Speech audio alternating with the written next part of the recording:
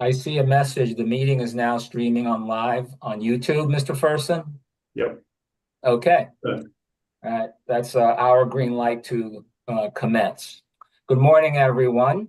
I see My a name message. The is meeting my is now name is streaming on Salvatore live on YouTube. Giorgio.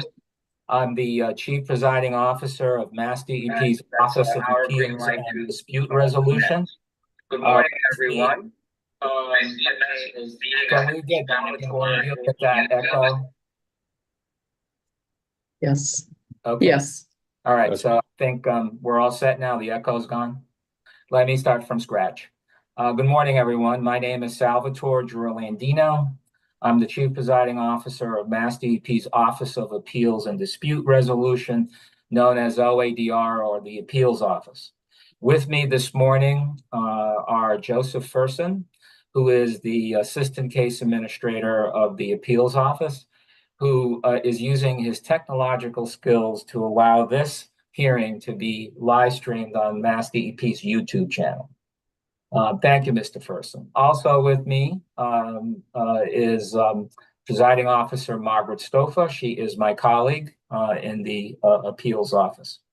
Scheduled today is an evidentiary adjudicatory hearing in this appeal, known as in the matter of Prysmian Cables and Systems USA LLC, docket number 2024-006.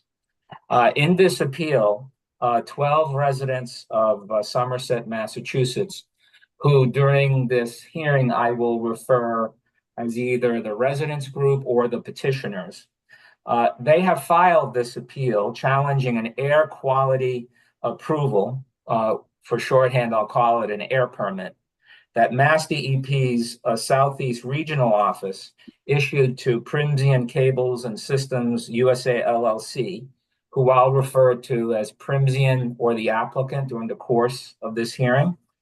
This air permit was issued by the Southeast Regional Office of Mass DEP on February 8th, 2024, basically several months ago, pursuant to DEP's air pollution control regulations at 310 CMR 7.02. Mass DEP issued the air permit to Prysmian in connection with Prysmian's proposed construction and operation of an offshore wind cable manufacturing facility at 1 Brayton Point and Somerset. During the course of the hearing, I'll refer to this as Prysmian's proposed project that was approved by the air permit. Mass DEP contends that it issued the air permit to Prysmian because Prysmian's application for the permit was administratively and technically complete and conformed with the air pollution regulations and current air pollution control engineering practice. The Somerset Residents Group, who have brought this appeal, disagrees with the DEP, contending that Mass DEP issued the air permit in violation of the air pollution control regulation, and they request that as a result that the air permit be vacated. Now, the purpose of today's hearing is the cross-examination of witnesses who have previously filed in the appeal sworn pre-filed testimony supporting a party's positions in the appeal. Each of the witnesses will be cross-examined by the legal counsel or representative for an opposing party on the pre-filed testimony that the witness has filed in the appeal in support of a party's position in the appeal on whether Mass DEP properly issued the air permit to Prysmian. I want to make clear at the outset that a party is not required to cross-examine an opposing party's witness. Accordingly, if a witness is not cross-examined by any counsel or representative representing the opposing party, the witness will be excused from the hearing. That means the witness can stay and observe if the witness chooses to do so. But for purposes of cross-examination, the witness will be excused. I think at this point, I just want to confirm certain information of who's who. I had a status conference in this matter a week ago, so I'm familiar with most of you, but for the record, I think it's important to confirm who's here. The 12 residents constituting the Somerset residence group are Kathleen Souza, who is the group's representative, Edward Souza, attorney Patrick McDonald, attorney Nicole McDonald, Nancy Thomas, Peter Peltier, Jeffrey Cardell, Charlene Faria, Edward Faria, Jody Dupras, Denise Monroe, and Dr. Paul Healey. Have I correctly listed all 12 members of the residence group? You have. Okay, thank you. And Ms. Souza, you were and you continue to be the group's representative? I am. Okay, thank you. And the citizens group residence group has 2 witnesses for this hearing. They are Dr. Paul Healey, who is a member of the residence group, and Caitlyn Conley. Are both Dr. Healey and Ms. Conley here? Yes, I am here. This is Dr. Paul Healey. Okay. And Yes, Your Honor. Ms. Conley? Yes, Your Honor, Caitlyn Conley. Okay, I just don't see you on the screen. Can you just keep speaking and it'll pick you up? Okay, sure. Yes, sir. Okay. I just needed the confirmation because the rule, as the council know, that if a witness has filed pre-filed testimony doesn't show up for a hearing to be cross-examined, the pre-filed testimony is automatically stricken from the record unless the parties agree to keep it in. So that's why it's important for me to make sure whoever, filed pre-filed testimony responds that they're here. And so, as I indicated, the residence group has 2 witnesses, and it's my understanding that attorneys Paul and Nicole McDonald, who are attorneys, will be assisting the residence group today in the hearing with respect to the cross-examination of Prysmian's and Mass DEP's witnesses and serving as sort of providing assistance to the residence group's 2 witnesses. Is that correct? That is correct, Your Honor. And we're using a meeting owl, so I apologize if there's a little bit of a delay. It should focus. So like if Ms. Conley wanted to introduce herself, it'll just focus on her. So you will be able to see all of the witnesses. Thank you for letting me know that. Now, with respect to the applicant, there are 2 attorneys that are representing Prysmian.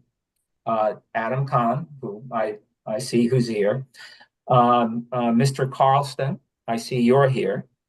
And that Prysmian has 4 witnesses for this hearing. After I name these witnesses, if the witness can indicate that they are present, that would be very helpful. Christopher Bajek. Chris Bajek is present. Yep.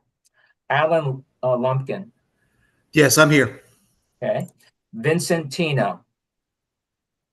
I'm here. Jason Wilkinson. Yes, I'm here. Okay, thank you. With respect to Mass DEP, the DEP is represented by Attorney Catherine Blakely, who is here today. She is from Mass DEP's Office of General Counsel. And DEP only has 1 witness today, and I can see the witness based on the screen, Mr. Russell. But for the record, if you could confirm if you hear, that would be great. Peter Russell is present. Okay, thank you very much. Now, the issue for adjudication in the appeal, which I established several months ago, is whether Mass DEP, in issuing the air permit to Prysmian, properly determined that the proposed project complies with the air pollution control regulations and current air pollution technology. That is the issue for adjudication in this appeal. And as I have explained previously, the petitioners have the burden of proof in this appeal. Specifically, the petitioners or the residents group has the burden of proving in the appeal that Mass DEP erred in issuing the air permit to Prysmian. And the residence group must do this based on a preponderance of the testimonial and documentary evidence that will be presented at today's hearing by the parties' respective witnesses and the governing legal requirements, which here are the air pollution control regulations, because that's what was the regulatory authority pursuant to which the air permit was issued. Now, the procedure for the cross-examination of the parties' respective witnesses is the same procedure that is used in every adjudicatory hearing in an administrative appeal before OADR. First, the witness will be presented by the counsel or representative for the party the witness is testifying for. When that is done, then I will swear in the witness. And after the witness is sworn in, the counsel or representative for the party the witness is testifying for will ask the witness to confirm that they previously filed sworn pre-filed testimony on behalf of the party. After the witness confirms that they have previously filed pre-filed testimony on behalf of the party in question, the witness will be requested to formally adopt their pre-filed testimony. And after the witness does that, the cross-examination of the witness will commence by the counsel or representative representing the opposing party or parties. As I stated previously, a party is not required to cross-examine an opposing party's witness. And if a witness is not cross-examined by any counsel or representative representing an opposing party, the witness will be excused from the hearing. The witness can remain to observe the hearing, but the obligation to sit for cross-examination is excused. Now, the order of the cross-examination of the parties' respective witnesses will be as follows. The petitioner's two witnesses will be cross-examined first because the petitioners have the burden of proof. Each witness will be cross-examined by counsel for Prysmian and Mass DEP for a total of 30 minutes to be apportioned by them as they choose. I will allow Prysmian's counsel to commence the cross-examination of each of the petitioner's witnesses first, and after 15 minutes of cross-examination, I will check in with DEP's counsel to confirm whether Mass DEP wants to yield its cross-examination time to Prysmian's counsel or wants to cross-examine the witness. After the cross-examination of each of the petitioner's witnesses has been completed, I will then, as a matter of discretion, allow the petitioners a total of 10 minutes of redirect examination of the witness on topics covered on cross-examination. As I explained at the status conference last week, the adjudicatory proceeding rules at 310 CMR 101 do not accord any party the right to redirect examination. It accords discretion to the presiding officer whether to allow it. And in 17 years in doing this job, I have allowed redirect examination in every hearing I've conducted. So that's part of my standard operating procedure. Now, following the cross-examination of the petitioner's two witnesses, Prysmian's four witnesses will be the next witnesses to be cross-examined. Each of Prysmian's four witnesses will be cross-examined first by the counsel or representative representing the petitioners for a total of 30 minutes. After that occurs, Mass DEP's counsel will have the opportunity to cross-examine each witness for no more than 10 minutes. And after the cross-examination of a witness, a Prysmian witness, has been completed, I will then, as a matter of discretion, allow Prysmian's counsel a total of 10 minutes of redirect examination of each witness. With respect to DEP, its witness, Peter Russell, will be cross-examined last. And it is customary in hearings involving permit issues or permit appeals that DEP's witness always goes last for cross-examination. So I am keeping with standard operating procedure and past practice on that. And so Mass DEP sole witness will be cross-examined by counsel or a representative representing the petitioners for a total of 30 minutes. And then Prysmian's counsel, if he so chooses, then can cross-examine the witness for a total of 10 minutes. And then, as a matter of discretion, I will allow Mass DEP's counsel a total of 10 minutes of redirect examination of the witness. Are we all clear on the procedure on the cross-examination of witnesses and the discretionary power I have regarding redirect exam? Are we all set? Yes. Yes. All right. Now, the hearing timetable, and operating on a tight schedule here with you because I want to get this all done by 5 o'clock.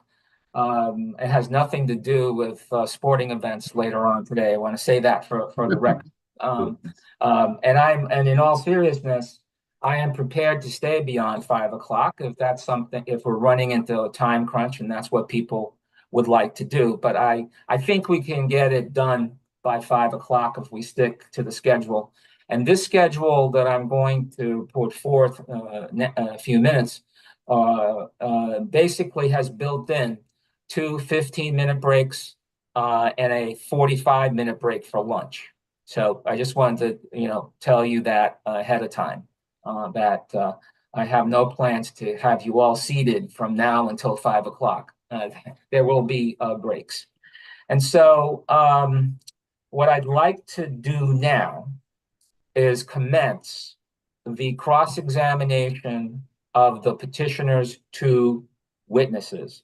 Now, when it comes to the cross-examination of the witnesses, the party who is presenting the witness chooses who they want cross-examined first.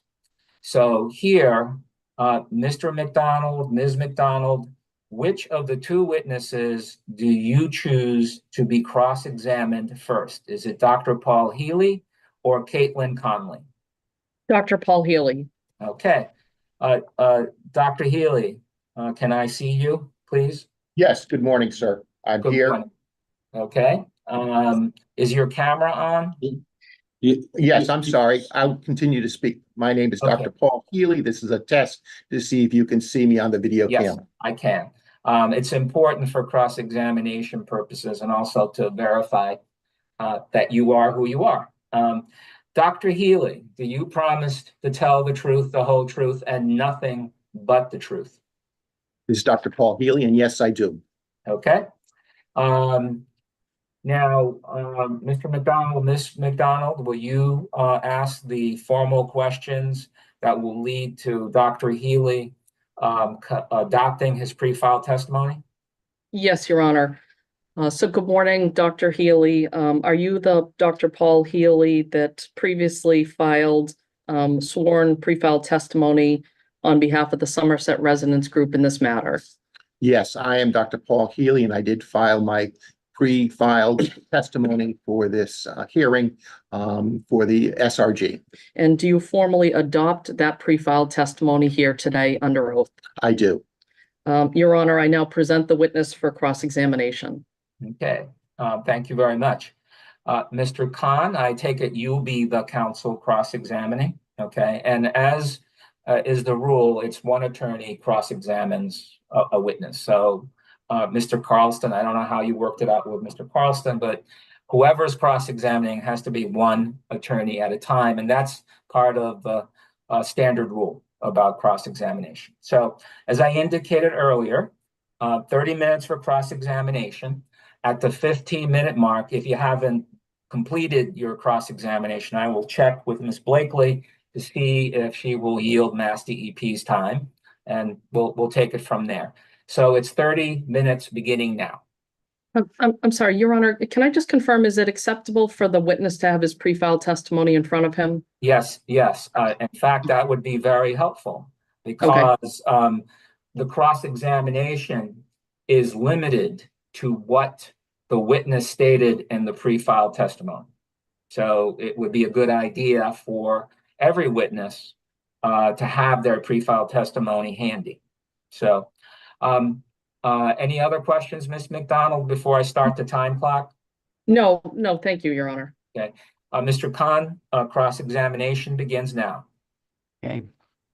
Good morning, Dr. Healey. Good morning, Mr. Khan. Just trying to locate you on the screen. Okay. I'm sorry, can you see me now? Keep talking. This is Paul Healey. I'm doing a test so that you can hear me, Mr. Khan. Yep. Can you see me on the screen now? I can see you now. Thank you. Thank you. Well, my first question is, do you have a copy of your testimony dated May 16th, 2024, and the associated attachments at hand? I have the testimony in front of me.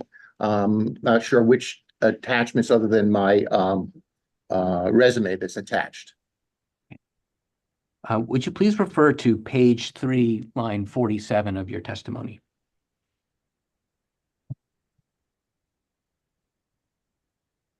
I am there, sir. Okay.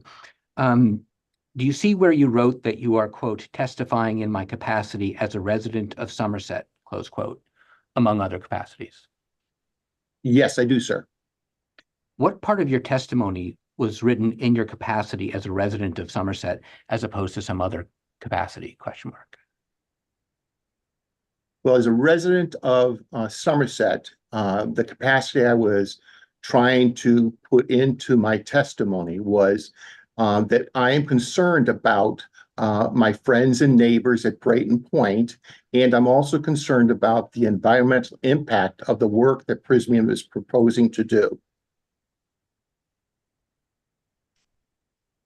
What is the remainder of your testimony? In what capacity are you testifying for the remainder of your testimony? I'm trying to draw upon my experience that I've noted in my testimony as it's applicable to the work that Prysmian is proposing to do, and as it applies to the air quality permit. Are you testifying as an expert on air quality permitting? I'm somebody who has some expertise that I think is appropriate for this discussion, yes. I'm sorry, do you see yourself as an expert in air permitting? Your Honor, can I object to that question on the grounds that the weight to be given and the qualifications of a witness, that rests in the discretion of Your Honor, not for a witness to make that determination?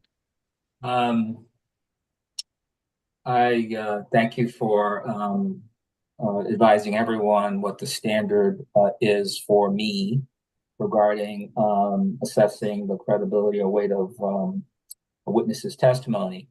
I think the question that Mr. Khan is posing is a fair one, because at the outset of the appeal, when I issued the ruling on the request for expedited review of the appeal and established a expedited appeal adjudication schedule, I noted that expert testimony would be necessary to resolve the appeal because it's an air permit and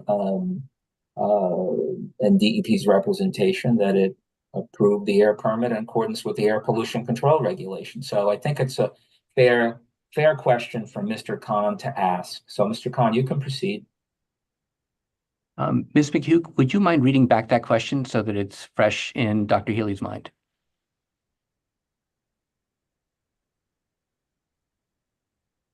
Just 1 minute while I locate it. Are you testifying as an expert on air quality permitting?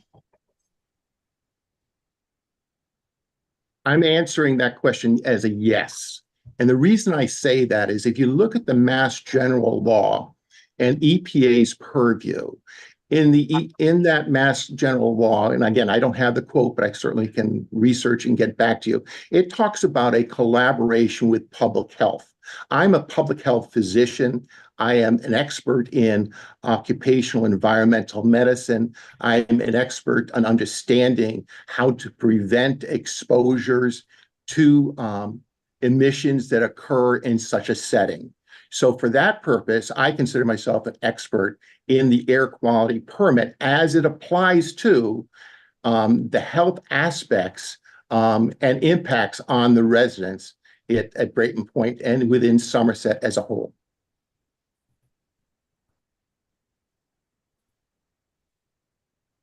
As a student, recognizing you have many degrees and are highly educated, Dr. Healey, did you study permitting of how to permit projects under the air pollution control regulations?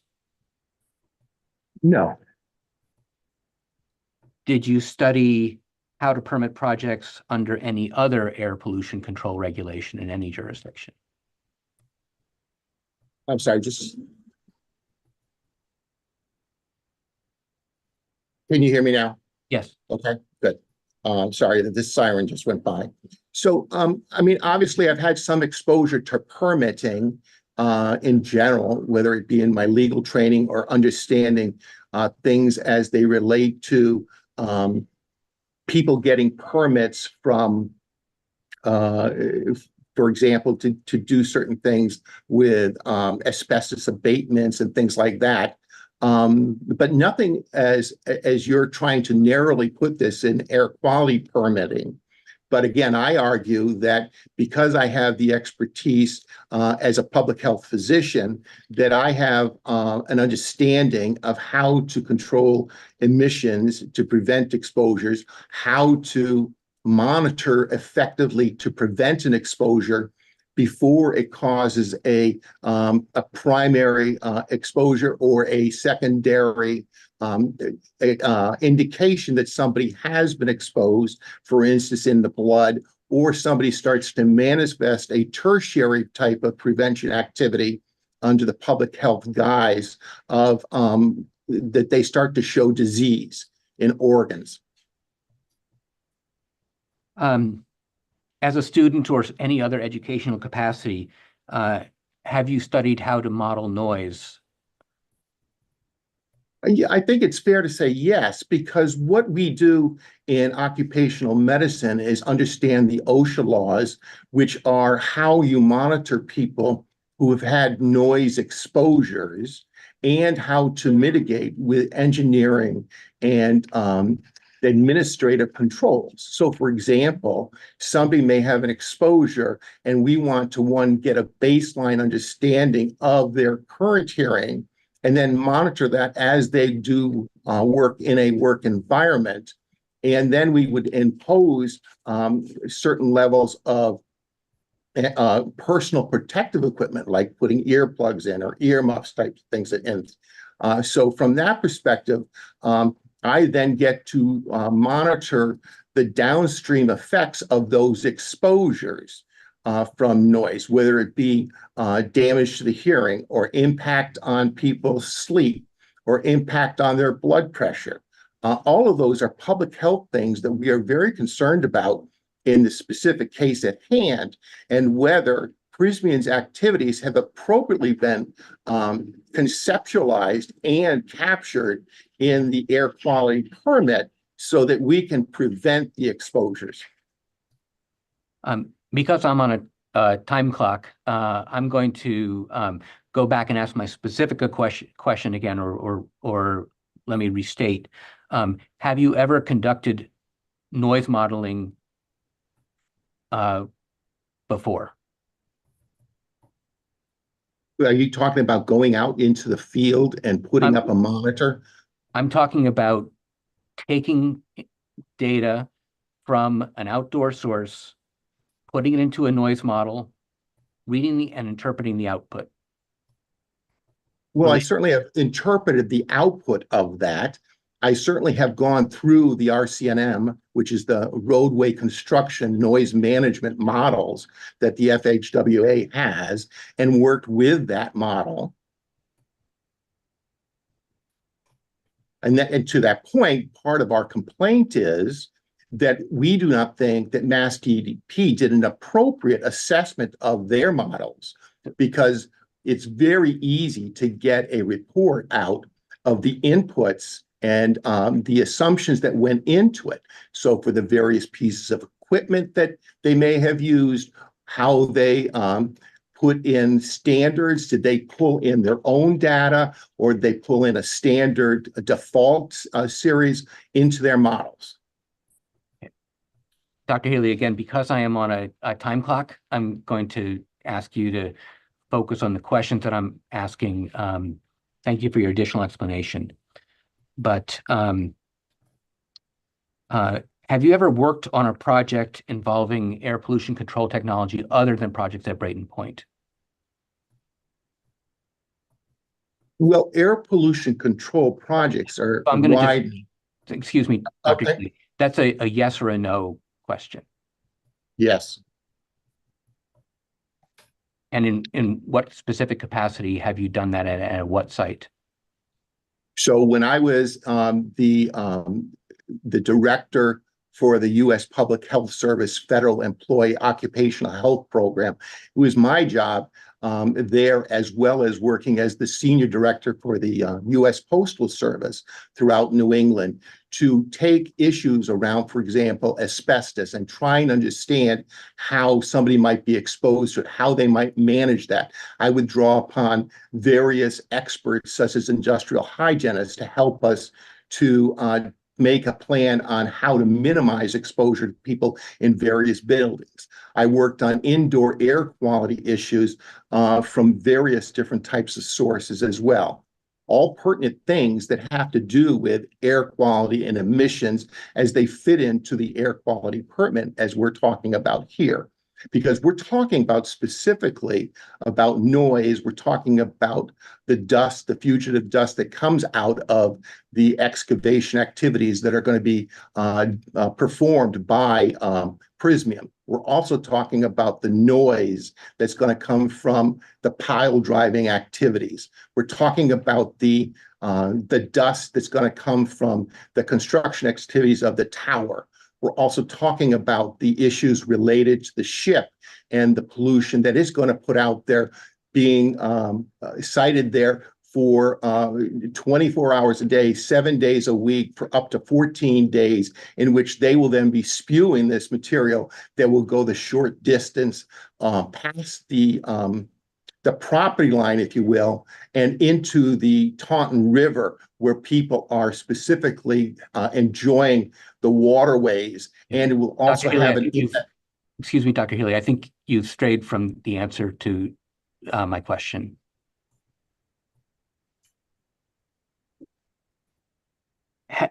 Have you ever conducted an investigation or remediation of contaminated properties under the Massachusetts contingency plan? I've not done it under Massachusetts. I've done it under the federal within Massachusetts. Well, so thank you for the answer. As a student or in any other training you've had, have you taken any courses on the investigation and remediation of contaminated properties? Well, that's what occupational medicine physicians do. They explore these types of areas for various contaminations. I also had responsibility while I was working with the Federal Employee Occupational Health Program out of Boston of overseeing the work of some people who are doing some work at a Superfund cleanup site. So, I mean, there are other examples of which we investigated. I investigated work associated with people's exposures, for example, to tick-borne diseases or to various viral infections. Dr. Healey, thank you for that answer. Do you know what a licensed site professional is? Yes, I do. And are you a licensed site professional? No, I'm not. Do you know that no MCP site, no Massachusetts contingency plan site can be investigated, remediated, or closed without the involvement of a licensed site professional? Yes, I do know that. Right. And you don't have that credential. That's correct. I do not. Do you have a comparable credential in any other jurisdiction? No, I do not. And you're a law school graduate, is that correct? I am. Did you ever sit for the bar in Massachusetts? I did not. Did you ever sit for the bar for any other state? No, I did not. I assume you do not have a current license to practice law, is that correct? To practice law? Yes. I didn't sit for the bar, no. Have you ever worked in a legal office? No. Well, let me take that back. I did work part pro bono while I was in law school for the Attorney General in Connecticut. And again, that was part-time. It was not significant in my eyes, but it certainly was some exposure to that process. Mr. Khan, before you ask the next question, I just wanted to check with Ms. Blakely if she will yield her time. Yes, the department yields its time to Attorney Khan. Okay, so you have another 15 minutes then, Mr. Khan. Was Ms. Blakely offering to turn over all of her time? I only have a few. That's how I understood it to be. Yes, Unless go Ms. ahead. Blakely wants to ask questions. I understood it. You're yielding all of DEP's time. Is that right? Yes, Okay. In your direct testimony, you mentioned taking elective courses in environmental and employment law. Is that correct? That's correct. About when did you take those courses? I graduated from law school in 2001. So sometime before then. Yes. Do you recall specifically what environmental law course you took? No, I didn't. Do you consider yourself a legal expert? No. I have no further questions. Thank you very much, Mr. Khan. Mr. McDonald, Ms. McDonald, as I indicated earlier, I will allow 10 minutes for redirect examination of Dr. Healey based on what was covered on cross-examination by Mr. Khan. Sure. So Dr. Healey, you provided pre-file testimony in this case. Can you tell us in what capacity as an expert you offered your testimony and the reason why you offered pre-file testimony in this case? Yeah, the reason I did is because I feel I have some knowledge and experience in this area to try and make sure that we do the right thing for the people at Brayton Point and for the town of Somerset, and also to protect the environment in the area. And it's important for us to do this to make sure that we prevent exposures. And one analogy to this would be, I'm happy that Prysmian is here.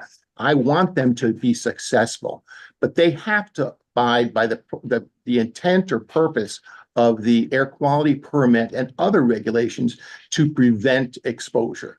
And in many respects, I see that as how do we put a dome, if you will, of containment around Prysmian so that nothing goes past their fence line. And, you know, an easy analogy around that is everybody's seen these Christmas gifts in which people have a circular ball that you can see through, and there's a scenery in there, and then you shake it up and it has the appearance of snow. And what we want to do is to make sure that they keep everything within the confines of the property line. Have any of the questions that Attorney Khan asked you here today changed your pre-file testimony in any way? No, they have not. Okay. Thank you, Dr. Healey. Any more redirected exam questions, Ms. McDonald? No, Your Honor. Okay. In that case, Dr. Healey, you may step down. You're excused from further cross-examination. And so the next witness for the petitioners would be Caitlyn Conley. Ms. Conley? good morning, Your Honor. I'm present. Thank you. Thank you. Do you promise to tell the truth, the whole truth, and nothing but the truth? Yes, I do. Okay. Ms. McDonald or Mr. McDonald, if you can ask the customary questions for the witness to adopt the pre-file testimony.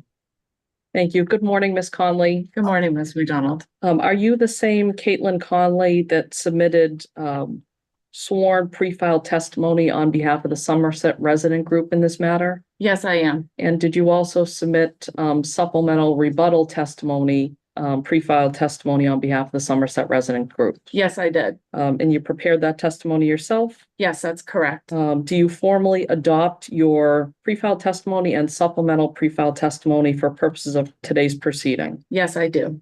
Your Honor, I'll present the witness for cross-examination. Thank you very much.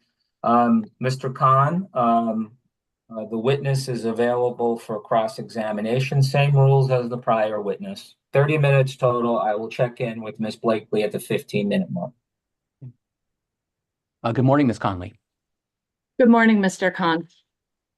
I'm just waiting for the camera to focus on you, so. If you could just make some noise over there. I'm going to keep chatting for a few moments, and it's moving, it's moving. Good morning, Mr. Khan. It's nice There to you meet are. you. Thank you. Good morning. Do you have a copy of your testimony dated May 16th, 2024 and the associated attachments with you? Yes, I do, sir. Okay. And do you have a copy of your rebuttal testimony dated June 7th, 2024 and the attachment to that? Yes, I do, sir. Now, each of them is signed by you, correct? Yes, that's correct, sir. Yeah. And your signature block indicated that your title is Associate Director of EHS, Roger Williams University. Is that correct? Yes, that's correct, sir. Are you signing your testimony in your official capacity as Associate Director of EHS for Roger Williams University? No, sir. I was copying the format of the other pre-filed testimonies that I had seen. Okay. So in what capacity are you signing? I am signing as an expert witness requested by the Somerset Residents Group. Thank you. Okay. Would you turn your attention to attachment 1 to your testimony of May 17th, 2024? Yes, sir. My resume? Yes. Is it just for the record? Is that your resume? Yes, sir. Thank you. I'd like to ask a question about your college experience. Yes, sir. You majored in earth science and oceanography. Is that correct? Yes, sir. That's correct.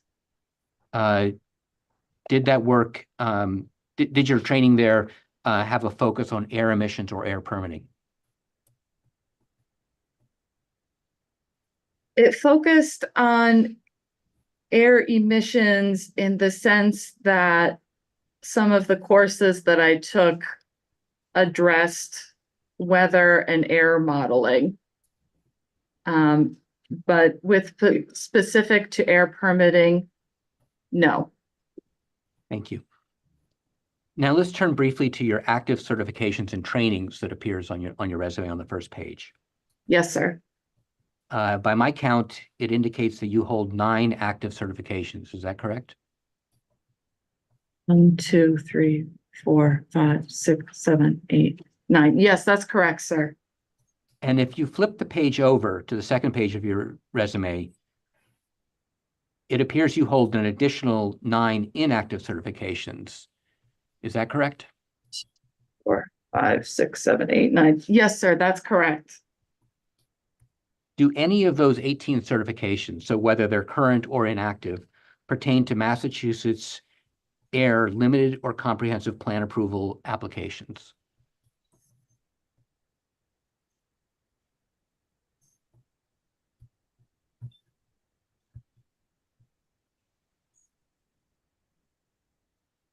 I am unsure because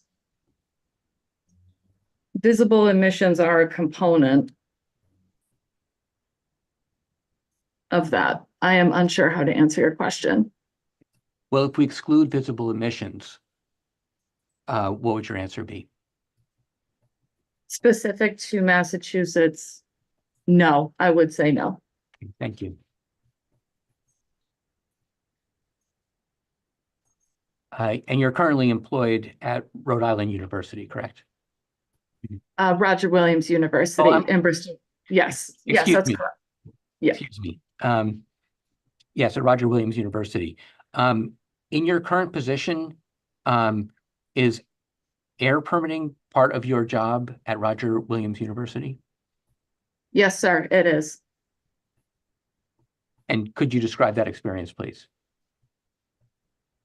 Sure. I am responsible for assessing, understanding the Rhode Island air pollution regulations, determining which ones apply to our university facility or activities that we are conducting.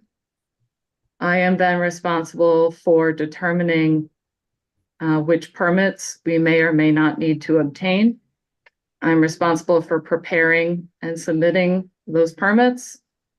I am responsible for, once those permits have been received, I'm responsible for ensuring compliance with those permits, including things such as testing, monitoring, and record-keeping requirements. I'm responsible for reporting requirements associated with that. Some specific examples include emergency generator permitting, NOx emissions cap, and emissions inventory, annual emissions inventory. Okay, thank you. I'd like to ask some questions about your employment at Woodard and Curran. Yes, sir. And why did you join that firm? I joined that firm because I was looking for some new professional opportunities to work at different sites and to try some new things. And were you situated in the Massachusetts office of Woodard and Curran? I was technically hired for the Dedham office. However, I was assigned to the Providence office primarily. I did work for project managers in many of the Woodard and Curran offices. Why did you leave Woodard and Curran? I left Woodard and Curran because the consulting scheduling was variable and the variance in the daily scheduling did not fit other commitments that I had. Now, you list 6 major tasks at Woodard and Curran in your resume. Is that correct?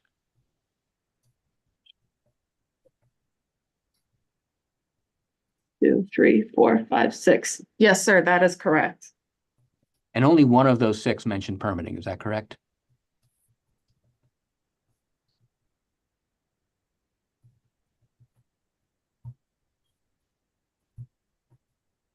Yes, sir, that is correct. And in the permitting bullet, you report experience with state and federal permits for wastewater, stormwater, air emissions, and hazardous waste. Is that correct? Yes, sir, that is correct. So air permitting was only one of 4 areas listed in the permitting bullet that you referred to. Is that correct? Yes, sir, that is correct. And even there, would it be fair to say that some of the air permitting work was on the federal side?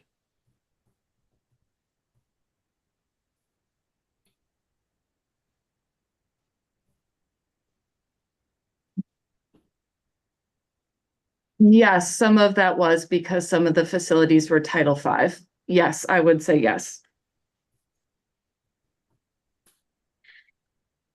So you were busy with a lot of other tasks other than Massachusetts air permitting, right? Objection. I'm Oh, sorry. You're muted, You're Mr. muted. Presiding Officer. My apologies. What is the basis of your objection? It's a vague question. So if you listen to the question, how do you quantify that? I don't understand, and it's subject to different interpretations, the phrasing of that question. Mr. Khan, if you can somehow narrow your question or rephrase it.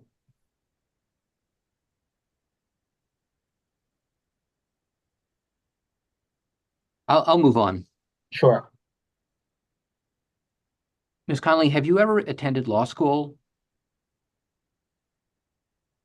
Mr. Khan, I'm going to speak first. Oh, just to pull the camera back. Yes, thank you. Thank you for your understanding. No, sir, I have not attended law school. And do you have any other legal training? Would you please be more specific with legal training? Have you attended at any academic university, a class on the application of laws to air permitting?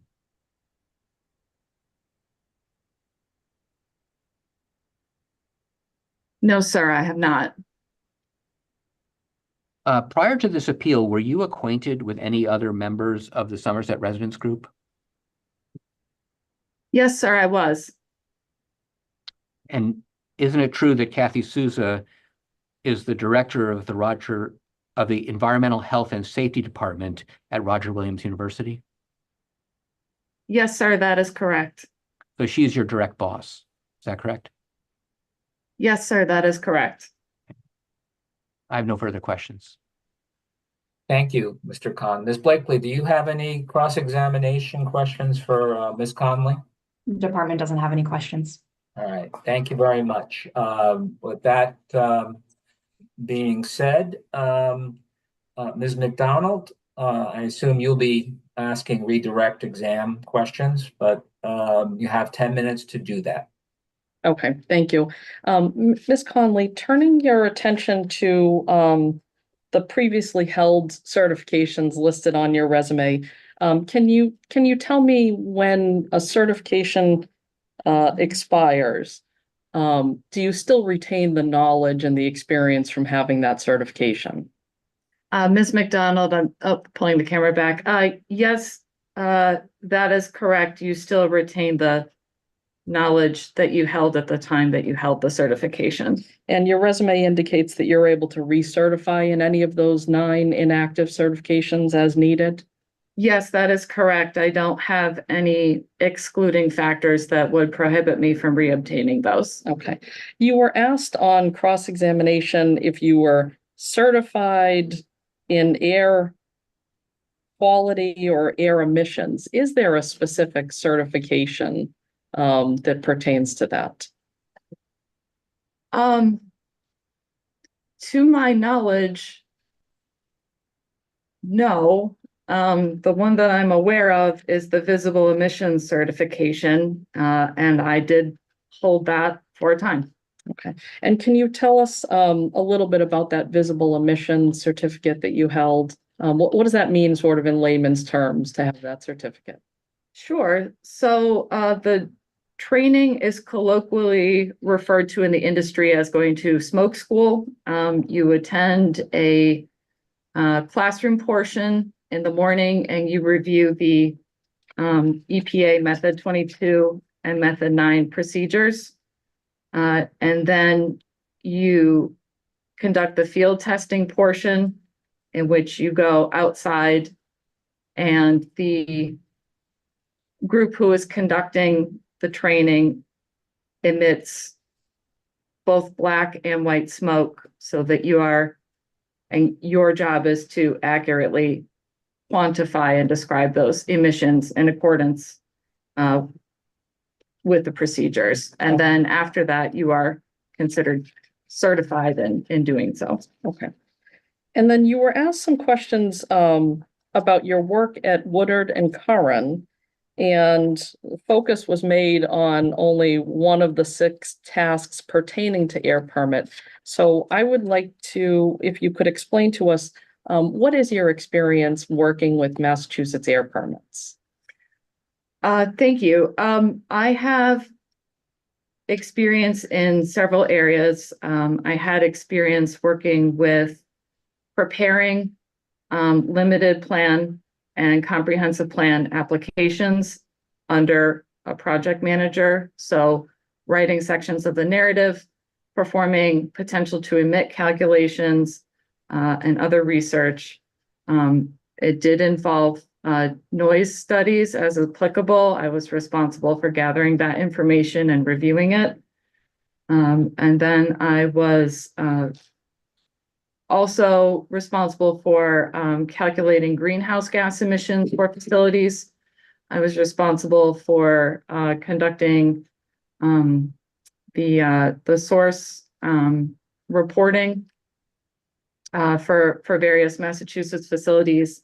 And I was also responsible for facilities would hire us to do mock compliance inspections, where we would take their existing Massachusetts air permit and compare their compliance program against the requirements of their permit and make an assessment as to whether they were providing a full compliance demonstration with that permit or not, and provide recommendations if there were areas we felt could be improved.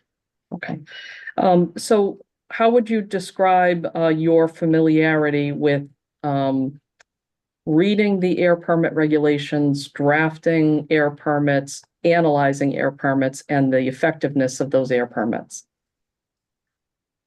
I think I have extensive experience in that area. And it's on behalf of facility owner operators. So it is in the context of having a full understanding of all of the regulations and then being able to assess which ones may or may not apply to that specific facility or the activities, and then having an understanding of what permits you need to obtain, how you are going to comply with that in concert with complying with other applicable environmental health and safety regulations that oftentimes overlap or have an impact on how you comply with the air regulations.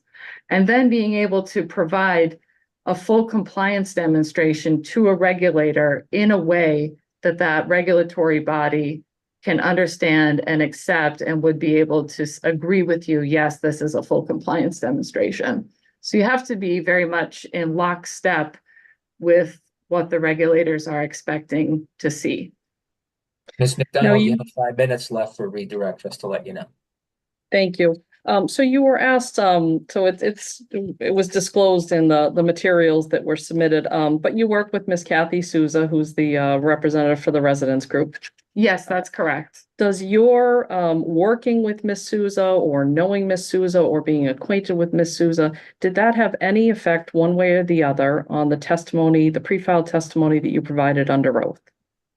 No, it did not, because I would not put my personal professional reputation at stake for no reason. All right. And my last question, were you compensated at all for all the time and effort and work that you put into this? No, I've not been compensated for this. And have you been doing this just on your own free time and at your own expense, essentially? Yes, that's correct. After hours, lunch break, things like that. Yes.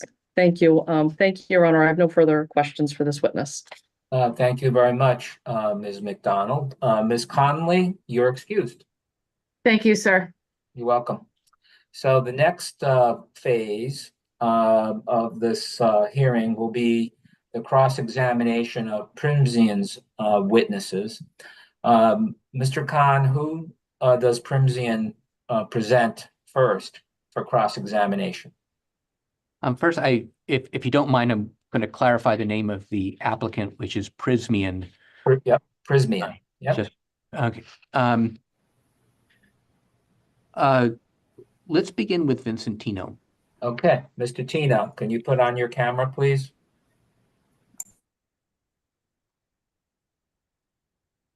Mr. Tino, do you promise to tell the truth, the whole truth, and nothing but the truth? I do. Okay. Mr. Khan, if you can ask the customary questions for the adoption of pre-filed testimony? Yes. Mr. Tino, are you the person who prepared the previously filed sworn testimony? Mine or yours? Your volume. Can you repeat the question, please? Yes. Can you hear me now? Yes. Okay. There's an There's echo. an echo. I don't know, but I'm sorry, Mr. Khan. I'm just noting that there's an echo somewhere. Use your volume. So for those of you, except for Mr. Khan and Mr. Tino, if you can shut off, I'm going to shut off my Can you hear me now? Yes. Okay, I think we fixed the echo. Okay, good. Thank you. Mr. Tino, are you the person who previously filed sworn pre-filed testimony on behalf of the Prysmian Group in this matter? I am. And do you formally adopt that testimony under oath? I do.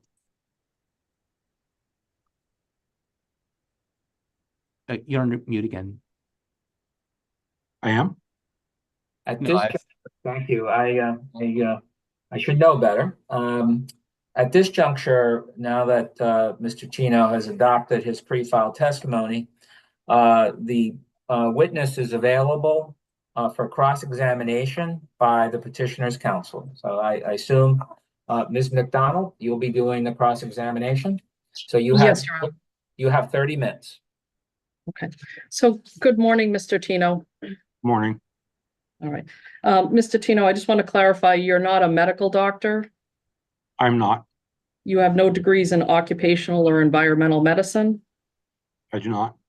Did you ever attend smoke school? Nope. You're not a lawyer. Nope. So you're not giving any legal opinions? My legal opinions are only based on my knowledge of 310 CMR 7. That's an air Okay. quality scientist. So let me ask you that. So in your testimony, you interpreted the CMR, the Code of Mass Regulations. Do you agree with me that someone who is not an attorney can read a regulation, interpret that a regulation, and apply that regulation such as you did in your testimony? Can you repeat that Sure. more concisely? Sure. My question is, do you agree with me that someone who is not an attorney can still read a regulation, interpret that regulation, and apply the regulation just as you did in your testimony? Someone who's not an attorney, yes. The Mass CMR 7 air pollution regulations are quite complex. And I believe that someone must be, to be intimately familiar with the mass regulations, you have to have the experience and knowledge to understand them completely. Would you agree with me now, having heard Ms. Conley's testimony, that her experience qualifies her to provide testimony regarding an air permit? No, I do not agree. Okay.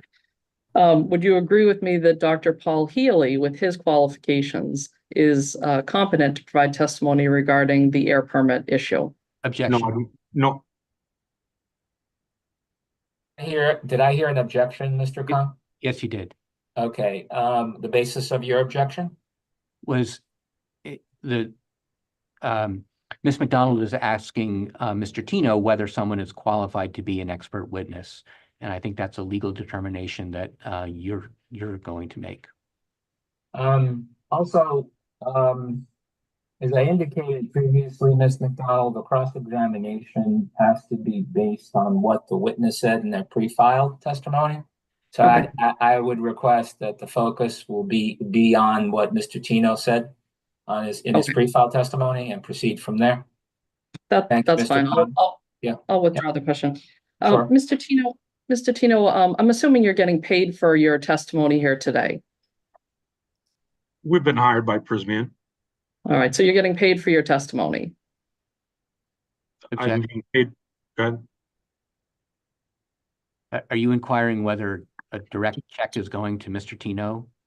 The question through you, Mr. Presiding Officer, is I'm just trying to establish that the witness is not doing this pro bono or for free. The witness is a paid witness here today. I understand, but whether he's getting paid or not isn't in his pre-filed testimony.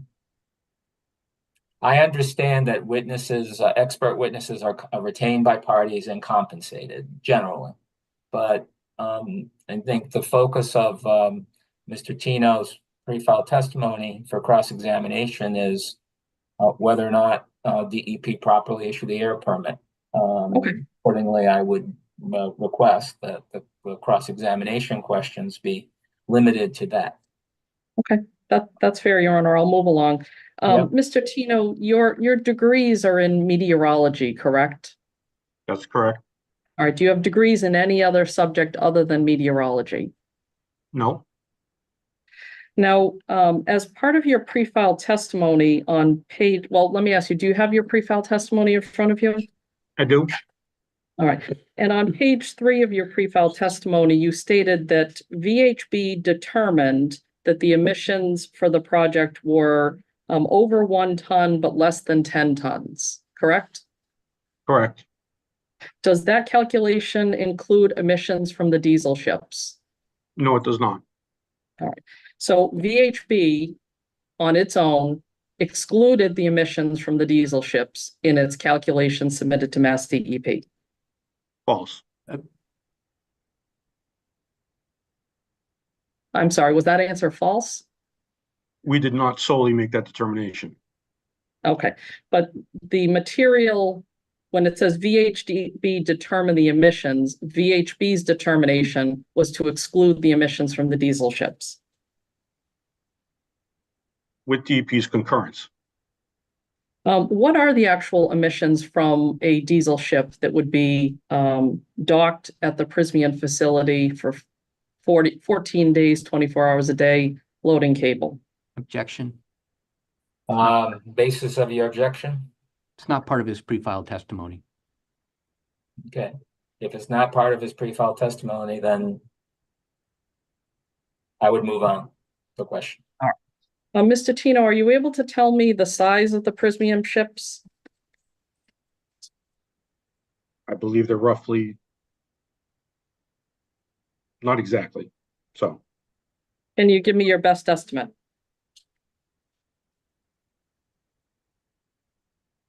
I don't recall the exact or even rough number, maybe 150 meters. Which is how many feet? 400 feet, maybe. I don't know. I'm not sure. Can you tell us anything about the size of the engines that the ships will have? Objection.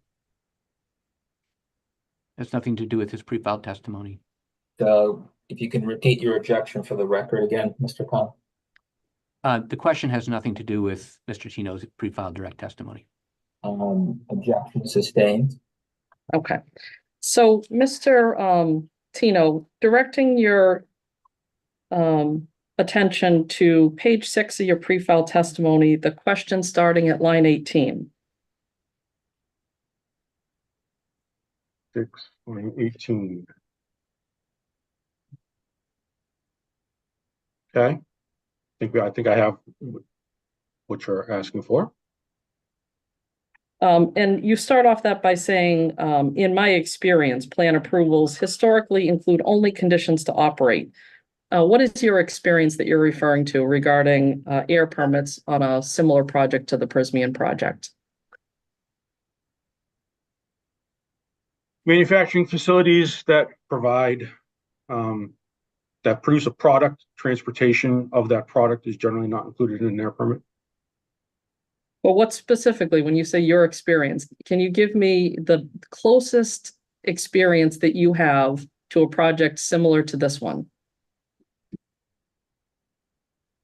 I have to think.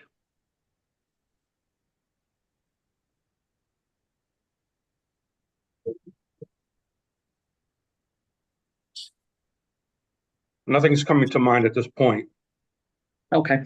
Now, directing your attention to the question on page 6, starting at line 23, and you were asked, have you ever heard of or are you otherwise aware of an air permit with Mass DEP where marine vessel or other mobile source related conditions were added to a plan approval, including specifically marine vessel emissions, noise, and odor? And your answer was not that I recall. Correct. All right. So my question is, have you ever had an experience with a project that involved manufacturing of subsea cable? No, this is a unique project. Okay, and that's, so I want to ask you some questions about that statement. This is a unique project. Is there any other project in the state of Massachusetts similar to this one involving a 600-foot tower, production of subsea cable, a 1,500-foot pier out into the Mount Hope Bay with a 400-foot diesel ship running at the end of it, 24 hours a day, 14 days at a time, to your knowledge? Is there any other project in Massachusetts like this? Correct. I believe it's a unique project. All right. Is this project a first of its kind in Massachusetts? In Massachusetts, yes. I believe so. Now, on page 7, the question starting at line 2, you were asked, do plan approvals cover marine vessel emissions? And your answer was not to my knowledge. Did I read that correctly? Correct. But you are aware that in Appendix A of the regulations, they do specifically address marine vessels, correct? Correct. So although this project was presented as a limited plan approval, under a comprehensive plan approval, a plan approval can in fact and does cover emissions for marine vessels. For major sources, possibly. Okay, so why did you answer not to my knowledge in your pre-filed sworn testimony? Because I don't know of any projects in Massachusetts that have marine emissions in their permit. All right, and is that because there has never been a project in Massachusetts where you had a marine vessel tying up to a cable manufacturing facility? To a cable manufacturing facility, yes, I believe that's a unique project, but I'm sure there are other sources, other projects in Massachusetts that do have marine vessels associated with them. Now, on page 7, the question starting at line 5, you state in your answer, the plan approval process is for stationary sources of air pollution only. Do you see that testimony? No. Where are you looking? I apologize. Page 7, it's lines 6 and 7. Yep. All right. You're familiar with the project that Prysmian is proposing, correct? Correct. And part of that project is to take a 400-foot plus diesel ship, tie it up to a pier that runs from the Prysmian facility to the ship, to spool cable directly from the facility to the ship. The ship would be docked, stationary, tied up, and loading cable for 14 to 15 days at a time, 24 hours a day.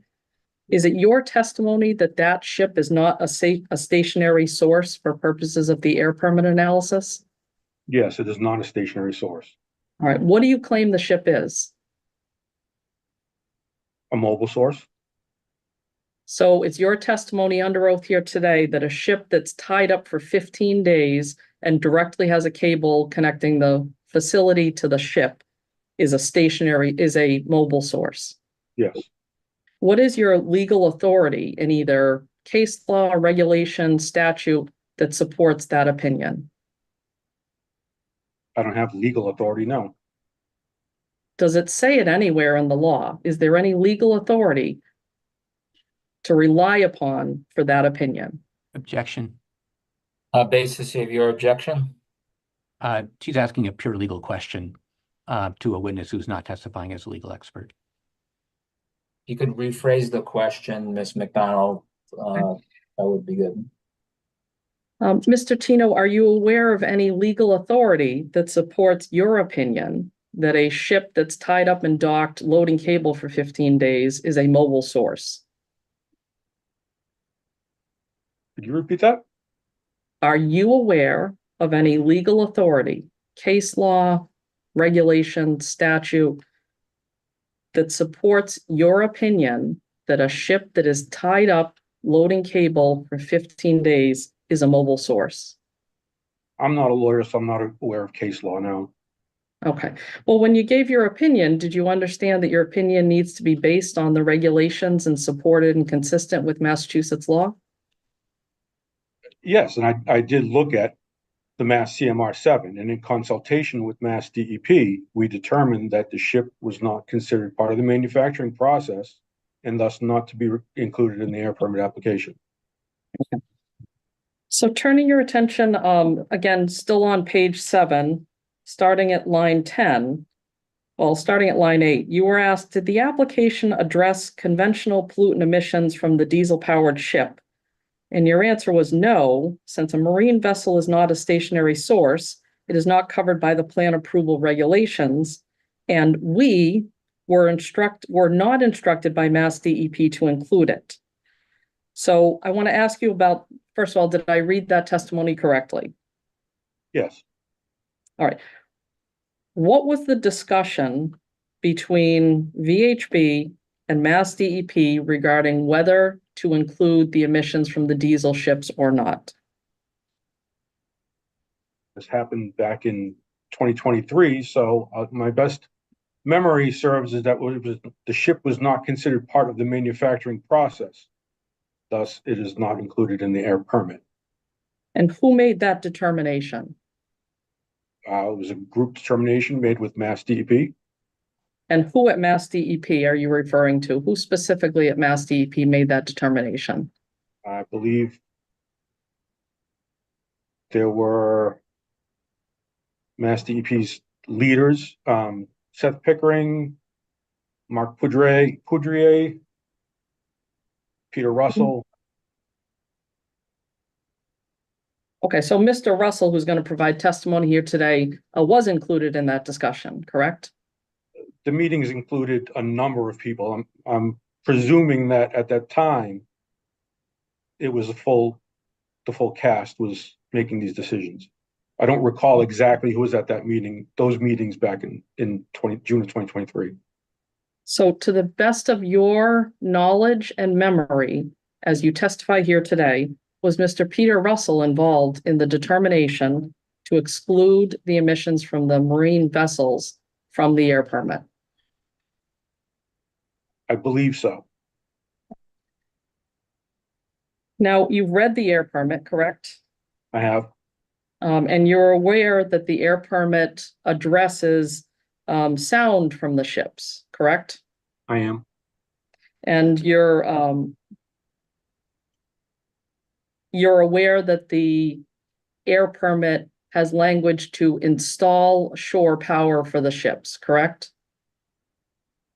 I'd have to pull up the air permit to assure what you're saying is true.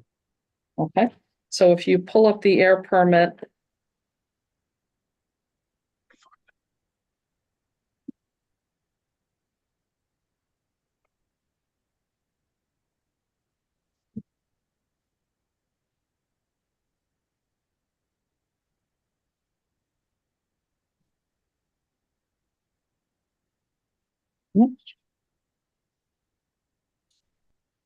On page 19 of the air permit.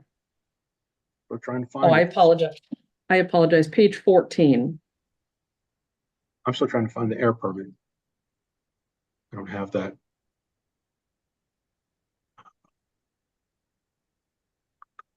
There we go. Final permit, LPA 76. Okay, what page we're asking now? Page 14. Paragraph 6 reads, the permittee shall install, quote, shore-to-ship power system as proposed in the application for vessels docked during loading. Do you see that? I do. All right, and so in the air permit, they address noise from the ships. They require Prysmian to install shore power, but nowhere in the air permit are the emissions from the diesel engines included. Is that a fair statement? I believe that's correct.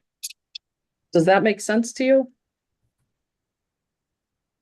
Yeah, I mean, the conditions don't necessarily have to reflect the air emissions in the permit. Now Prysmian, as part of that air permit, now Prysmian did not appeal the air permit, correct? No.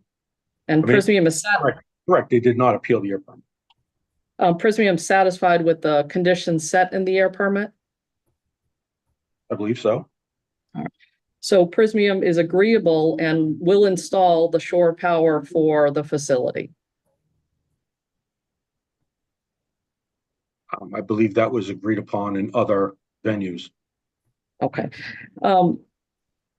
So the loading of the cable can be done using shore power. I'm not an expert in the mechanics of how their ships are set up. Okay. I'm not sure what ship to shore power runs on the ship. That's all. Okay. All right. Now, at the present time, does Prysmian actually own any of the property? Objection. Basis of your objection, Mr. Khan? This has nothing to do with his pre-filed direct testimony. If it's not in his pre-filed testimony regarding ownership, then the objection is sustained. Okay, I'll move on, Your Honor. Mr. Tino, attached to your pre-filed testimony, you included the air permit documents that were submitted. Correct. All right. And there's a document entitled Process and Air Emissions. If I could direct your attention to page 38. Which attachment to Mr. Fino's pre-filed testimony are you referring to, Mr. McDonald? Several attachments. I apologize. I will find that for you. You know what, You're on. For the sake of time, I'm actually going to move on from that because I can tell I'm going to run out of time otherwise. You have 10 minutes on that score. Yeah, I'll move on from that. I have a couple of other topics that I want to cover. Sure. Mr. Tino, you're aware that there are multiple environmental justice populations within a 1 mile radius of the project site? I am. All right, and that those include several EJ populations in the city of Fall River, correct? Correct. And those include issues with income, minority in income, minority in English isolation, and minority income and English isolation. So all of the criteria for environmental justice are within a 1 mile radius of the project site. Is that a question? Yes, my question is, do all the criteria for environmental justice, are all of those criteria involved in the environmental justice populations that are located within 1 mile of the site? Point of order, are you referring to, Ms. McDonald, the 2021 environmental justice policy of the Executive Office of Environmental Affairs? Because I think it's important for the record to have a frame of reference before Mr. Tino responds. I just want to confirm that for the record. So, Your Honor, well done with that. I also realize the legislature enacted legislation in 2021, which I call the Climate Act, had a longer name, but it was from the 2021 statute that EEA issued its 2021 EJ policy. So I think for the record, it's important to state. And has an EJ claim been made in the appeal notice? So with I'm asking multiple questions here. I'm sorry, but I think it's important. So there are no EJ populations in Somerset, Your Honor. They're located in Fall River, and then there are some increased health criteria locations in Swansea, which is directly across the water from the facility. But that information is included in the limited plan approval, which is attachment 2 to Mr. Tino's testimony. And that was actually the document I was trying to reach earlier. Is that something you want to cross-examine him on? If I could just briefly. If it's part of his pre-filed testimony as an attachment, I think it's appropriate to ask cross-examination questions. Which page are you referring to now?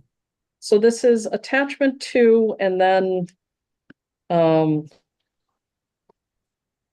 it is page 57 of the attachment to the limited plan approval. So there is a document that is generated by VHB Oh, I apologize, Your Honor. It's attachment 3. Attachment 3, page 57. Yes. And for the record, what's the title of this document?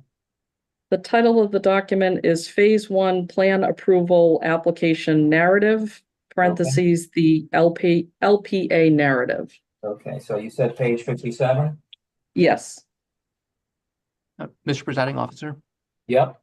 I don't believe issues of environmental justice were part of the appeal brought by the Somerset Residents Group, nor was it in their testimony or in their brief or in any testimony they filed or in the brief.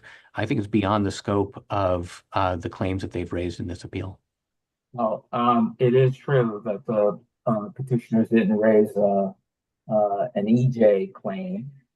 And I did establish the issue for adjudication when I issued the expedited appeal adjudication schedule. And there wasn't a motion to add an additional issue. I would ask questions, Ms. McDonald, to confirm that that narrative is there and then stop right there. And I'm only allowing it because it was an attachment to Mr. Fino's pre-filed testimony. And since it was an attachment and it says, it does mention something about EJ on page 58 of that document, just to ask a question acknowledging that it has that narrative and then moving on. Okay. So, Mr. Tino, in the submissions by VHB for the limited plan approval, VHB specifically addressed the fact that there are environmental justice communities within 1 mile of the project site. Yes. Is that correct? All right. Yes. So then, in that same document, Mr. Tino, I want to direct your attention to page 53 of the LPA approval or LPA plan narrative.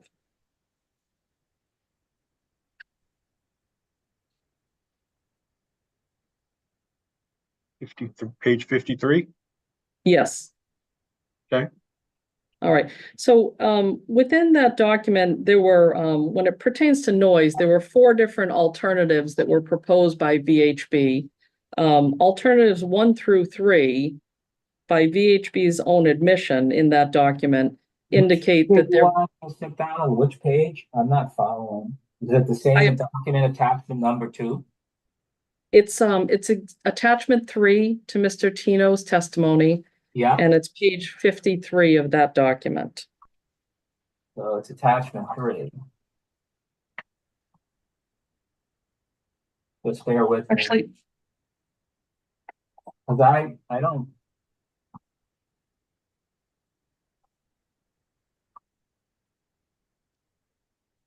Now, attachment 3 is the document titled Prysmian Breton Point, right? That's what attachment 3 to Mr. Tino's pre-filed testimony is. attachment 3 is that LPA narrative. Okay. And so within that document, you're saying page which now? Page 53. Okay.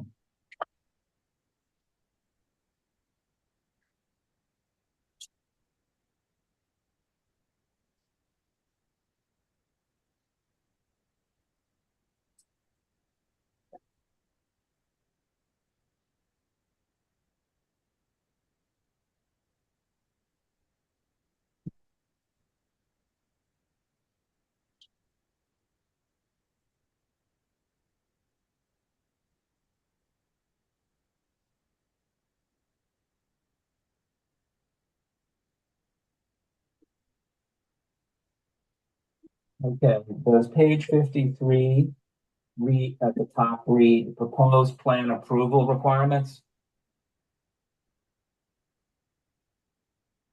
I get a Mr. Tino, is that a yes?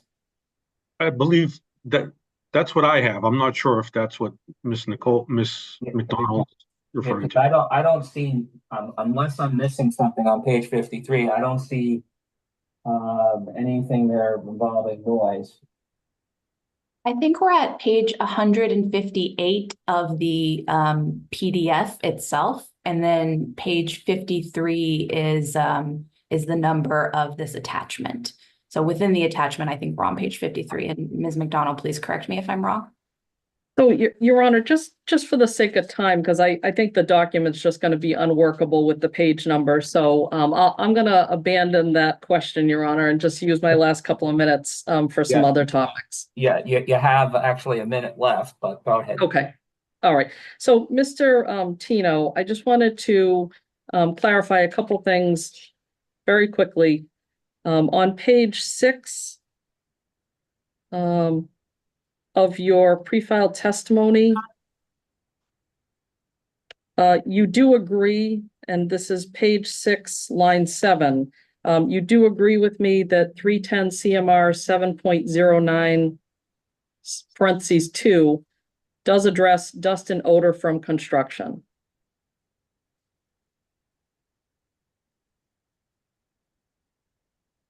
Yes, that's what the testimony says. All right, in page 6, line 15, you yourself are not familiar with the mass contingency plan? I'm not. Um, One more question. Yep, page 5, you indicate, page 5, you talk about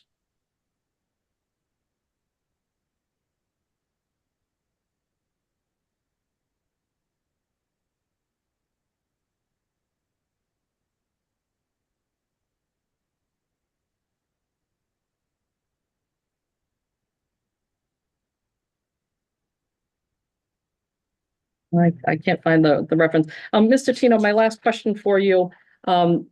You are the one that signed the plan application on behalf of Prysmian, is that correct? I produced the plan application. I believe it was officially signed by Prysmian as the actual submitter.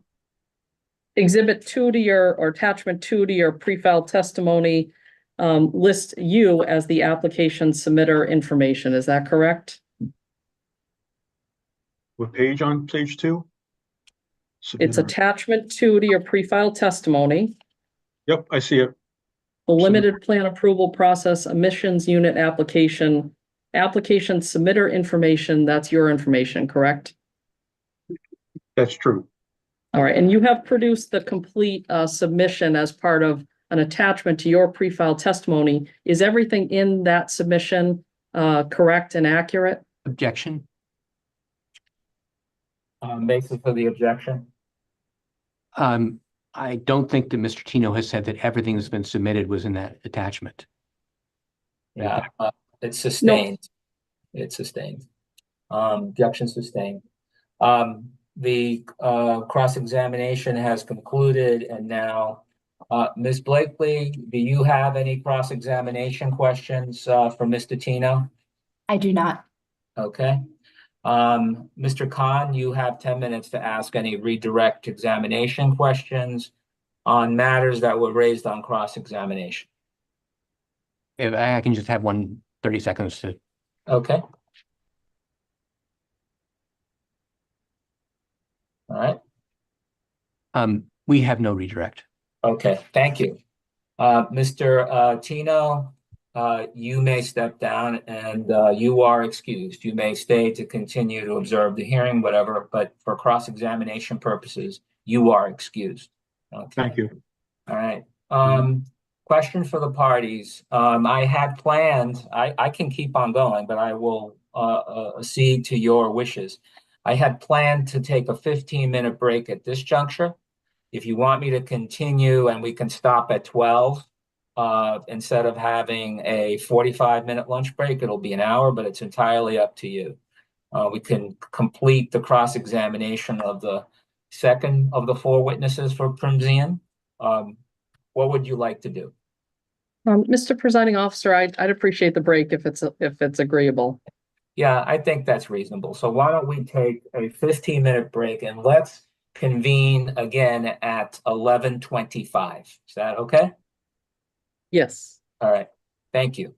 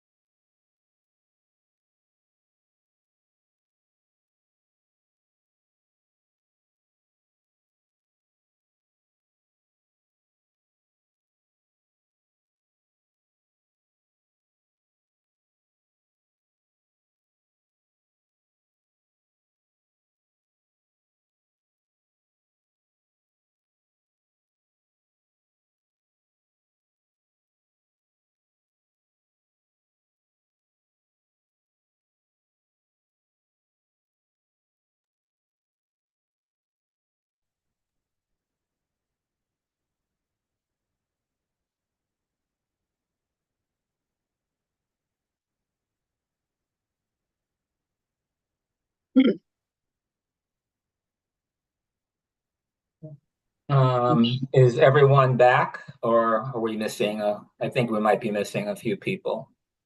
We're missing some from the residents group, Your Honor. Okay. So we'll give it a couple of minutes and then we'll resume.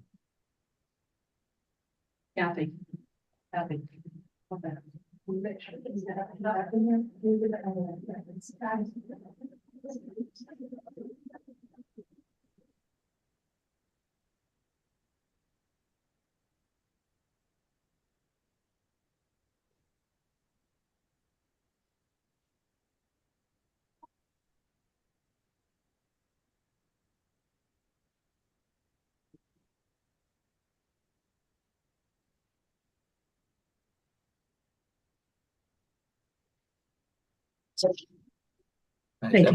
Is everyone back?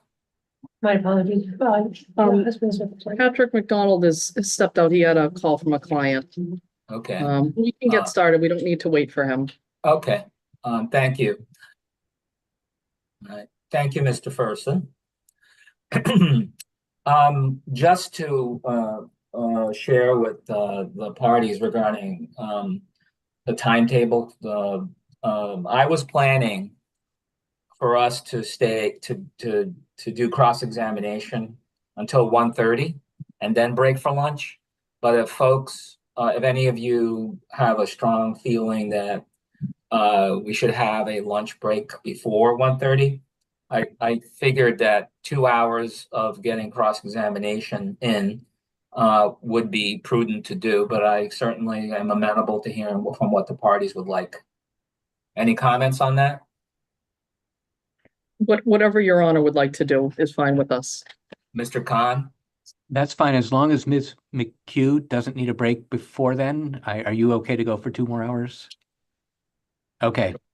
And that will be, we'll see how we're doing for time, but we can make that an hour as opposed to my having said 45 minutes earlier, because we are kind of ahead of schedule a little bit. So we'll see. Ms. Blakely, do you agree as well to go to 1:30? Yes, that's fine. Okay, thank you. So the next step or in this hearing is the cross-examination of Prysmian's second witness. Mr. Khan, who does Prysmian call to testify? Alan Lumpkin. Mr. Lumpkin? Yes. Okay. Hello, good morning. Good morning. Welcome to Massachusetts from South Carolina. Thank you very much. You're welcome. Do you promise to tell the truth, the whole truth, and nothing but the truth? I do. Okay. Mr. Khan, if you can ask the customary questions for the adoption of pre-filed testimony, that would be great. Yes, Mr. Lumpkin, are you the person who previously filed sworn pre-filed testimony on behalf of the Prysmian Group in this matter? I did. And do you formally adopt that testimony under oath? I do. Okay. Mr. Lumpkin is now available for 30 minutes of cross-examination by petitioner's counsel. So Ms. McDonald, the witness, is now available for cross-examination. Thank you, Your Honor. Good morning, Mr. Lumpkin. Good morning. All right. Mr. Lumpkin, is it a fair statement that you're not a medical doctor? That's true. You're not an attorney? Not an attorney. Would you agree with me that even though you're not an attorney, you're capable of reading regulations, interpreting them, and applying them? Yes. All right. And you'd agree with me that, for example, Dr. Healey and Ms. Conley, who are not attorneys, can similarly read and understand and apply regulations just as you have in your pre-filed testimony? Objection. I have no comment on their. Don't answer the question yet. Mr. Khan, the basis of your objection? Is that Ms. McDonald is asking Mr. Lumpkin to comment on the qualifications of other people in this matter, and that's not part of his pre-filed direct testimony. I do agree the objection is sustained if Mr. Lumpkin had opined on either Dr. Healey's or Ms. Conley's credentials, then that would have been fair game for cross-examination, but he did not. So the objection is sustained. I'll move along. Mr. Lumpkin, in your original direct testimony that was filed, and do you have a copy of that in front of you? I do. All right. There was a claim made by the Somerset Residents Group raising some concerns about noise to be generated by a winch at the top of the tower. So the cable goes up the tower and then comes down. So the residents raised an issue regarding a winch at the top of the table. Are you aware of that? Yes. And you then proceeded to file 5 pages of pre-filed testimony where you just repeatedly say there is no winch. Is that an accurate statement? Yes, that is. Okay. How thick is the cable, or what is the diameter of the cable that's going to be produced by Prysmian? Generally, it's in the 6-inch diameter range. All right. Could it be larger than that? Possibly. All right. What's the largest cable? So in other words, if there are, say, 3 components to the inside of the cable, how big is that cable going to be at its diameter? I'm uncertain to that. They've not provided me any detailed information concerning the final sizes of their cables. All right. What is the weight of the cable? I'm unclear as to its weight because it can vary dramatically depending on the core makeup of the wire that's being stranded. All right. Well, in your pre-filed testimony at page 2, you indicate that you've previously designed 2 cable factories, including a cable factory for Prysmian Group at their Abbeville, South Carolina plant, correct? That is correct. So as part of you're design, referring, Ms. McDonald, to page 2, beginning at line 3, the question, what has been your role with respect to Prysmian and Prysmian's offshore wind cable manufacturing facility in Somerset? That's the one in that paragraph? correct, Your Honor. That's the question, and the Yes. answer starts at line 20. Yep, thank you. So first of all, you did design Prysmian's Abbeville, South Carolina facility, correct? That is correct. And do they produce subsea cable at the Abbeville, South Carolina? No, they do not. All right. What is the weight of the cable that's produced at Abbeville, South Carolina? Objection. Basis of the objection? Mr. Lumpkin just testified that the Abbeville facility does not make offshore cable, and so it's not really relevant to the inquiry in this matter. Where are you getting at, Ms. McDonald, regarding your question? Because it sounds Mr. Khan has made a good point, but I just want to hear where you're going with this. Well, so the witness is obviously, it's a baseline, Your Honor. So if the cable I want to find out what the cable at Abbeville, South Carolina weighs and the dimensions on that. And then I'm going to ask the witness if the cable being manufactured in Somerset is larger than that, which I believe it is. I'll allow it, but just for that limited purpose. So, Mr. Lumpkin, can you tell us what the weight of the cable that's manufactured at the Abbeville plant is? No, ma'am, I can't. I don't know those informational details about the cable manufacturer. Is the cable that's proposed to be manufactured in Somerset larger than the cable in Abbeville? I don't have direct information about the final product they're going to make at Brayton Point versus what they're going to be made at Prysmian in Abbeville. All right. How is the so let's talk about South Carolina in your pre-filed testimony, page 2 going into page 3. You indicate that the tower at Abbeville, South Carolina, the vertical continuous vulcanization tower, is 325 feet tall, correct? That's correct. Am I correct that the proposed tower at the Somerset facility is going to be 600 feet in height? Yes. And the difference in the height, is that because the cable is bigger and it needs more drying time as the cable comes down the tower? Not necessarily because the cable is bigger, but because they are able to cure the cable faster with a taller tower. Okay. Now, in the tower that's proposed at Somerset, that 600-foot tower, that cable, and just to clarify, the cable is going to connect offshore wind turbines to land. So they're going to run along the seabed floor, correct? To the best of my knowledge, yes, that's correct. So that cable, at least 6 inches in diameter, has to, in your testimony, you describe the process of the cable, and this is actually in your supplemental testimony. If I could direct your attention to supplemental testimony, page 2, and starting at You line mean 11. rebuttal testimony of Alan Lumpkin, just for the record? I didn't mean to interrupt you, but I just need to have it precise for the record. Rebuttal. Yeah, okay. Yeah. What page? Page 2, starting at line 11, Your Honor. All right, thank you. So, Mr. Lumpkin, do you have that testimony in front of you? I do. All right.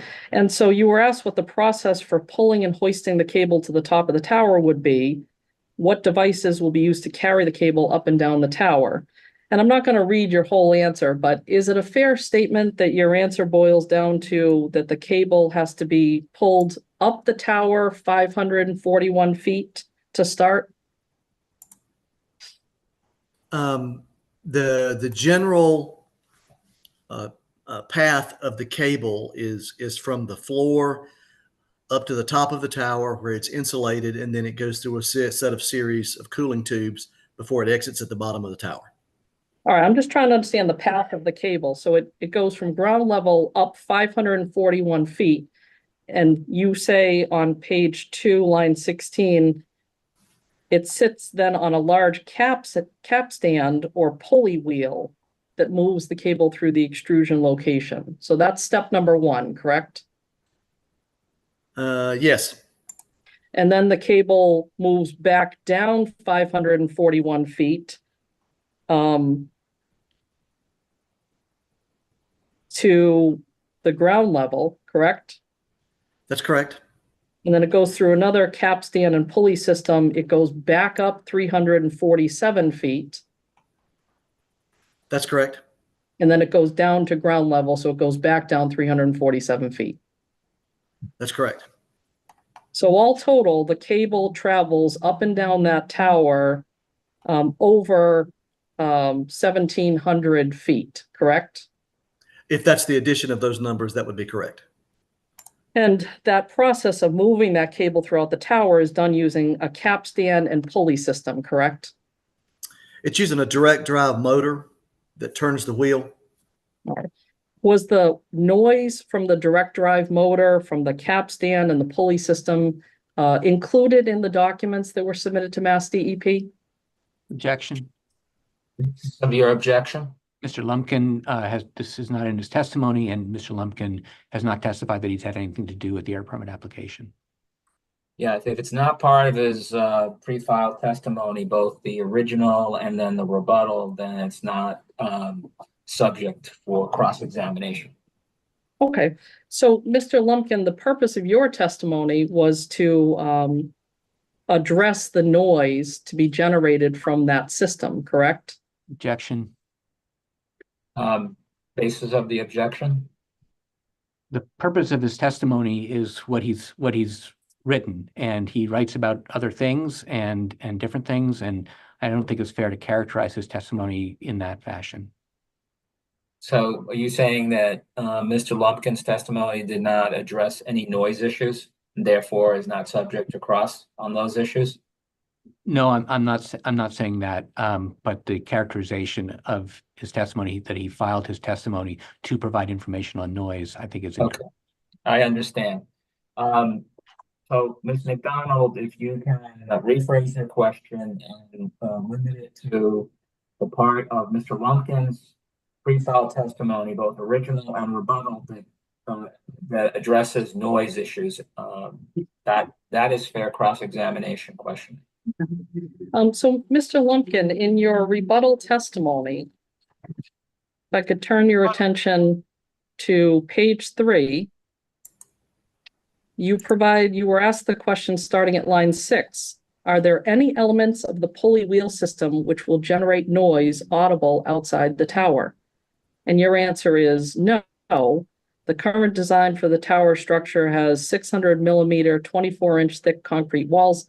Based on my experience and exposure to this operating equipment, the noise from this system is very low. So you're here today to provide testimony regarding the noise from the capstan and pulley system used to move the cable throughout the tower. Is that accurate? Based on the question that was asked, yes. All right. And so you state in that answer, based on my experience and exposure to this operating equipment. So my question is, have you ever directly listened to a capstan and pulley system move subsea cable up and down a 600-foot tower? Have you ever actually listened to that? The answer is no. And is that because that doesn't exist anywhere yet?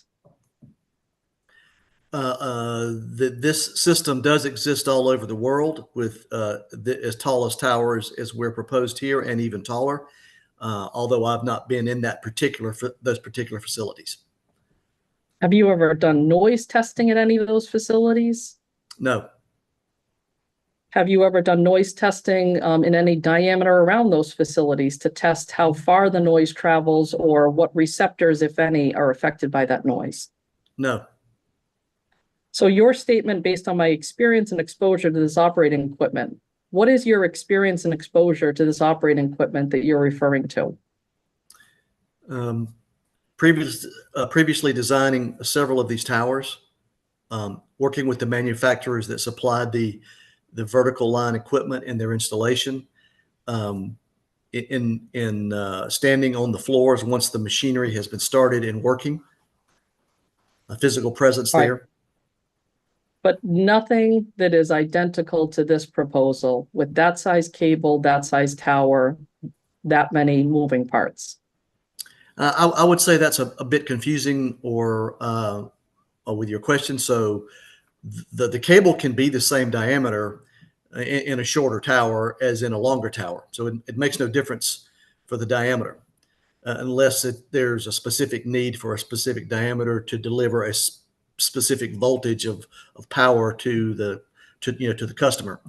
The vertical height of the tower is determined by the quickness, how quickly they can cool the cable, get it on the floor, and then continue their operations for either armoring, shielding, more insulation, and such as that. Right.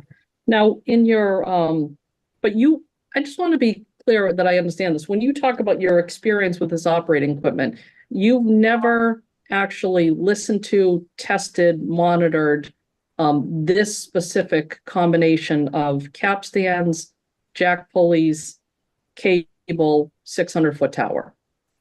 I'm unable to answer that. I would have to do some background work with the manufacturer to see if it's the same equipment that's been used in previous towers. It could be the very same equipment that's used in this tower that has been used in towers that are shorter. But it may not be, correct? It's possible. All right. Now, the capstan itself, you state on page 3 of your rebuttal testimony, starting at line 4, the large capstan pulley wheel is 3.5 millimeters. So it's 11 feet, 5.5 inches. So that capstan is 11.5 feet in diameter. That's correct. Correct? What is the noise level that's generated from turning an 11.5-foot capstan that's hauling cable up 600 feet or 541 feet? I have no measurements of noise. I can only give you anecdotal information and information I've received from the manufacturer. So you can't tell us here today what the decibel level is that's generated by that 11.5-foot capstan pulling cable? I cannot. Now, you make reference on page 3 of your rebuttal testimony that you, line 17, you state the capstan wheel turns exceedingly slow. Would you agree with me that the speed that a piece of equipment moves doesn't necessarily prove that there is or is not noise generated from that piece of equipment? In general, that's probably true, but I would say the faster that the motion is, the more likely are you to have more sound. The lower the But you speeds, can and in this case, at 1.5 revolutions per minute, it's moving exceedingly slow. So if the capstan is squeaking or whining and it's moving slowly, doesn't that just mean that the sound is extenuated and slowed down? No, right. I would not agree to that.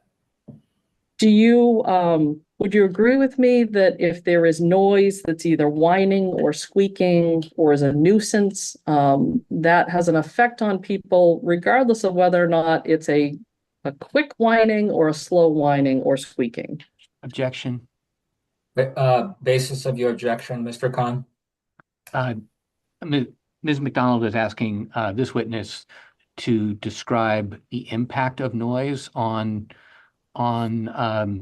somebody. I'm not sure who. When he has not testified about the impact of noise, he's testified about the audibility of the noise, not the impact. I agree. Objection sustained. If I could rephrase, Your Honor, Sure. Mr. Lumpkin, speaking about just you, so if somebody slowly drags their nails down a chalkboard versus they quickly drag their nails down the chalkboard, does the speed of the sound, do you have a preference on that, or is it just sound that would annoy you? I'm not really sure what you're asking me to respond to here. Now, to your knowledge, was the noise to be generated by the capstans and the pulley systems included in the noise data that was submitted to Mass DEP for the air permit? Objection. Basis of your objection, Mr. Khan? He hasn't testified about what's in or out of the air permit. He was not involved in the preparation of the air permit application. Objection sustained. So Mr. Lumpkin, you were not involved in the submittal of the air permit? I was not. All right. So did you do any modeling or create any of the documents that were submitted to Mass DEP? Did you participate in those hearings and the discussions regarding the air permit? I was not part of the air permit team. All right. So what is the purpose of your testimony here today? Objection. Basis of your objection? It's a vague question that I certainly don't understand. Yeah, if you could narrow the question. Okay. Mr. Lumpkin, you're not providing any specific testimony regarding the information that was submitted to Mass DEP or the process that was used to come up with the air permit approval. Could you be more specific with your question as to a specific subject or topic? Did you participate at all in the materials and the process that resulted in the air permit approval? I believe our firm provided some data concerning noise for certain mechanical units that would be associated with the operation of the factory, such as HVAC systems or other similar type units that were to be used outside the factory. And we supplied that information to VHB for use in their models. Did your company or did you provide any information to VHB regarding the noise from the capstan and pulley systems inside the tower? No. You have 10 minutes left, Ms. McDonald. Okay. So Mr. Lumpkin,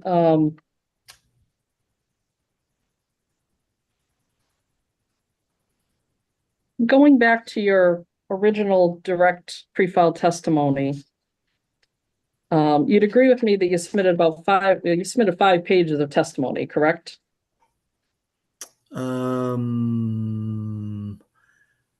Looks like it's 4 pages, 4 or 5. Yep. And in anywhere in that direct pre-filed testimony, do you disclose that there will be a capstan and pulley system used for the cable inside the tower? Please repeat that question. Sure. In your original direct testimony, I'm asking, did you include or disclose any information that there will be a capstan and pulley system for the cable inside the tower? Let me re-look at that for just a moment, if I might.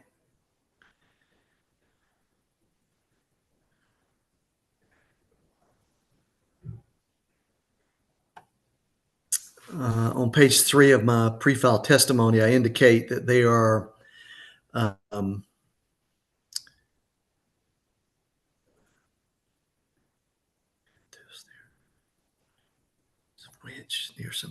I say that they are near some machines. There may be some small pulley devices which are only used to raise material when needed. Well, But not Mr. the cable Lumpkin, not itself. to interrupt, Mr. Lumpkin, but can you specify where on page 3 you're referring? That's a line. The question begins at line 20, Okay, Your Honor, and then Yep. my response is below that, okay. beginning in line 22. Thank you. You may proceed with your answer. Sorry to interrupt. I had to. Is there something specific about that answer in that question on line 20 that you're asking about?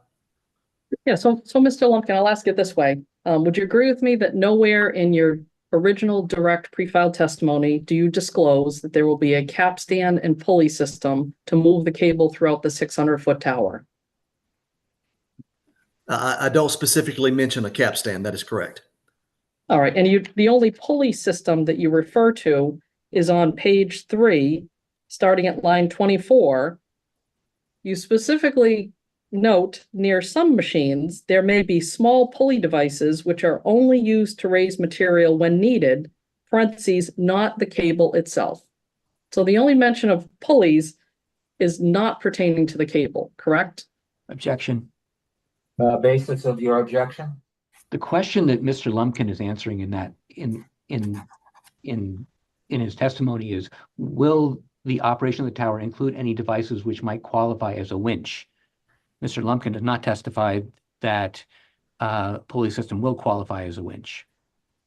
Okay. Your Honor, my question originally was, did he disclose in his original testimony that there would be a capstan and pulley system? And I think That's he what brought answered us to that. this. I think he answered that in the negative, I think. Okay. So can I just confirm from Am the I right, witness Mr. that, Lumpkin? I think you answered that in the negative. That is correct. I did not make any mention of a capstan.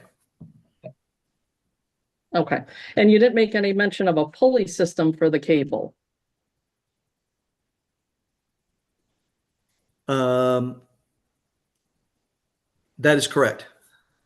Now, you repeatedly state that there's going to be no winch in the tower for the cable, correct? That is correct.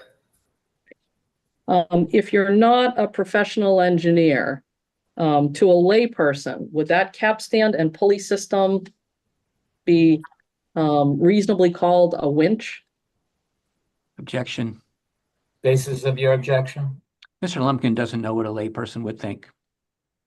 That is speculative, so I would rephrase the question. Mr. Lumpkin, in any of your time working as an engineer, has a capstan and pulley system ever been referred to as a winch? In my experience in these cable factories that I've worked in, it has never been referred to as a winch. In your overall experience, has a cable capstan and pulley system ever been referred to as a winching system? No. Okay. Is You there have any 5 reason minutes left, in your... Ms. McDonald. Sorry, I just want to let you know, 5 minutes left. Okay. Going back to your original direct testimony, so you make reference that you designed the Abbeville, South Carolina facility for Prysmian. I just want to clarify that the Abbeville, South Carolina facility does not involve any diesel ships. Is that correct? That is correct. And it doesn't involve a pier? That is correct. it doesn't involve taking cable from the facility, dragging it over the pier and spooling it onto a diesel ship, correct? That is correct. Mr. Lumpkin, are you being paid today for your testimony?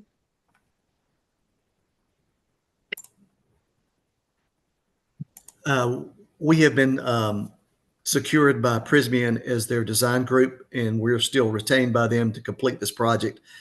And the appearance today is just part of my normal duties, is trying to complete the project.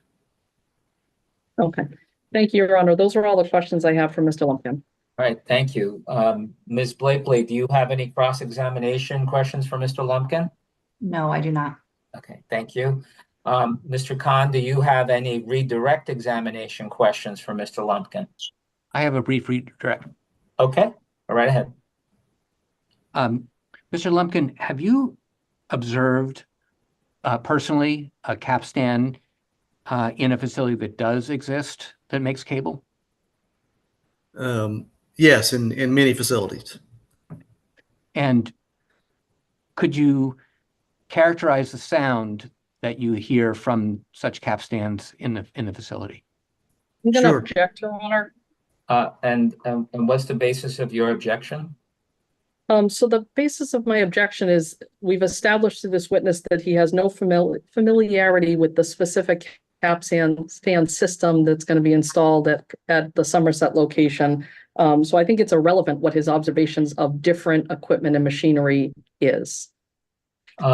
I believe since it was part of an extended discussion on his cross, it's fair for Mr. Khan to ask redirect examination questions on that issue.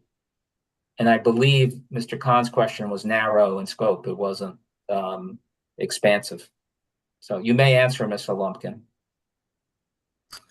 Sure. Thank you very much. Mr. Khan, based on my experience in the 3 or 4 different locations throughout the United States and the world, my presence in front of these capstans and my observation of noise is basically very, very low because they move so very slowly. Have you observed a capstan squeaking or whining within these buildings? Not to my knowledge, but I will say that because they move so slowly, it's almost non-auditory because it moves so slowly. I have no further questions. Thank you, Mr. Khan. Mr. Lumpkin, you are excused as with the other witnesses. You are free to stay to observe, but for purposes of cross-examination, your obligations are complete. Thank you very much. Thank you very much. Have a nice day. You too. Then we will proceed with the cross-examination of the third of the four witnesses that Prysmian has presented. Mr. Khan, who will you present now for cross-examination? Jason Wilkinson. Okay, Mr. Wilkinson, you can turn on your camera so I can see you. I'm here, Your Honor. Okay, if you can turn on your camera so I can see you, please. My camera's There on. you go, right there, right in front of me. Do you promise, Mr. Wilkinson, do you promise to tell the truth, the whole truth, and nothing but the truth? I do. Okay, Mr. Khan, if you can ask the customary questions for the adoption of pre-filed testimony, that would be great. Okay, Mr. Wilkinson, are you the same person who previously filed sworn pre-filed testimony on behalf of Prysmian in this matter? I am. Okay. And do you formally adopt that testimony under oath? Yes, I do. Okay. The witness is now available for a cross-examination by you, Ms. McDonald. Same rule like the other witnesses, 30 minutes, beginning now. Thank you, Your Honor. Good afternoon, Mr. Wilkinson. Good afternoon. Okay. So Mr. Wilkinson, I understand you're an LSP. Yes, that's correct. Am I correct that you're not a medical doctor? That is correct. You have no formal education or training as a qualified occupational health provider? That is correct. You're also not an attorney or a lawyer? That is correct. All right. And even though you're not an attorney or a lawyer, you've provided testimony that discusses, analyzes, applies the Code of Mass Regulations, correct? Yes, specific to the MCP. All right. So you agree with me that somebody who's not an attorney can read, interpret, and apply the Code of Mass Regulations? Yes, with proper training. I agree. Okay. Now, you have indicated in your pre-filed testimony that you're here today testifying on behalf of Prysmian Cables and Systems USA LLC, correct? That is correct. Now, in addition to your testimony that you're providing on behalf of Prysmian, have you also worked for the property owner, Brayton Point LLC? Yes, I have.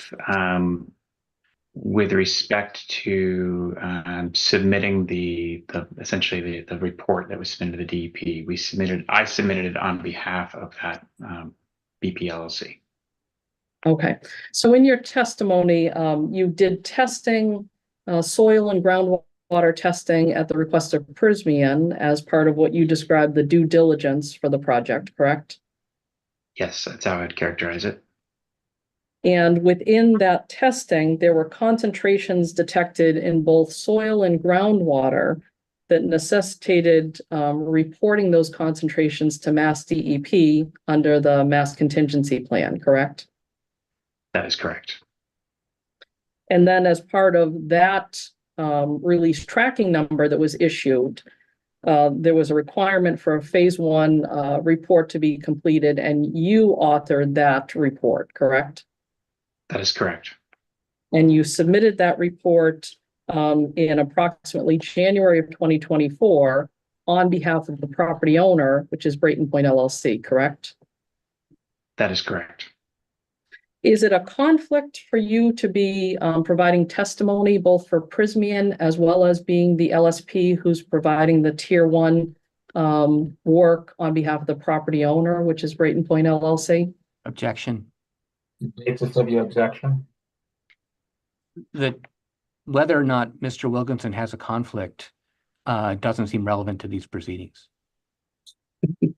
The question will go to how should I weigh his testimony?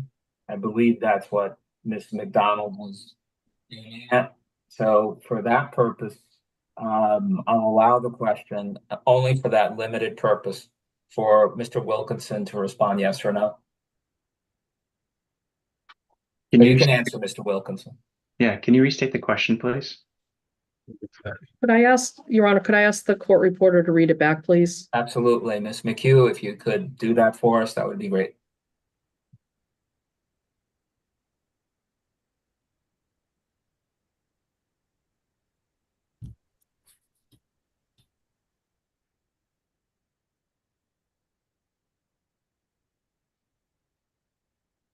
You're muted. Oh, I apologize, Your Honor. She's muted if she's. I'm Okay. sorry about that. I That's thought okay.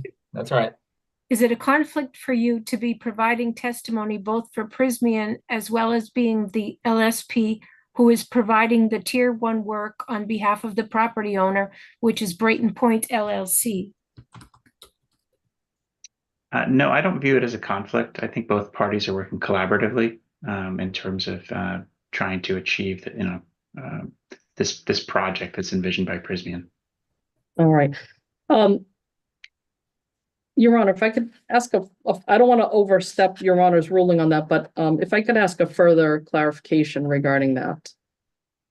Why don't you state your question, and then if Mr. Khan has an objection, I'll take it from there. Go right ahead. Okay. So, Mr.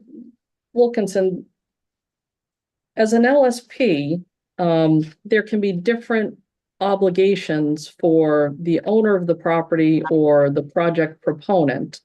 But with the same LSP representing both, does that remove the checks and balances between the owner and the potential purchaser of the property? Objection.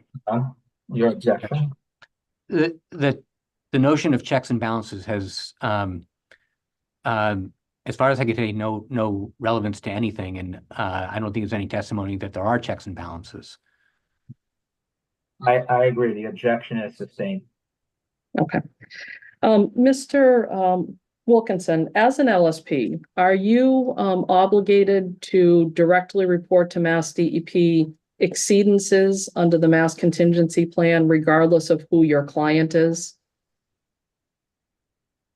I would answer that as sometimes. It depends on the situation. Ultimately, I am not the responsible party when it comes to that role under the MCP as an LSP. However, if I were to discover concentrations at levels high enough where it could represent an imminent hazard, then I would have the obligation to report that directly to DEP. Does that answer your question? It does. So, in preparation for today's hearing, did you have any communications with the owner of the property, Brayton Point LLC, regarding the testimony that would be provided here today? Objection. No.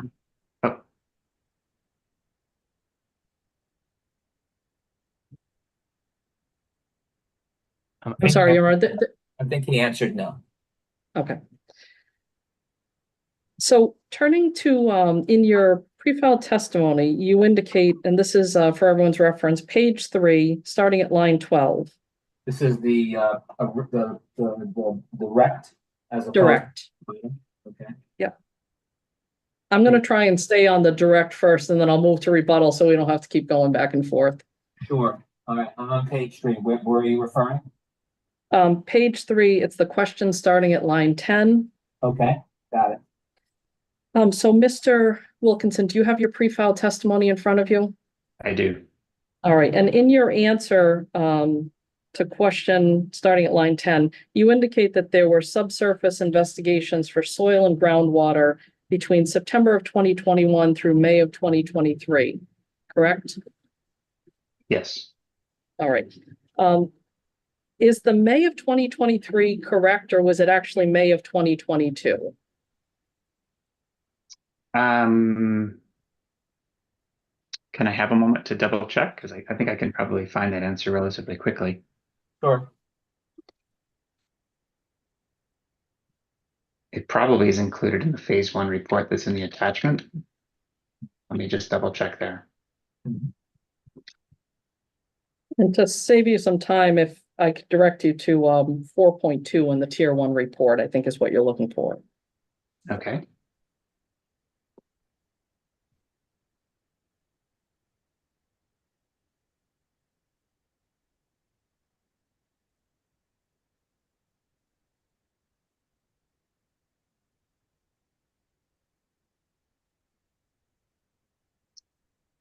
Let's see here. Don't think that answers the question I was looking for. I'm actually going to go to the full version of the phase 1 report.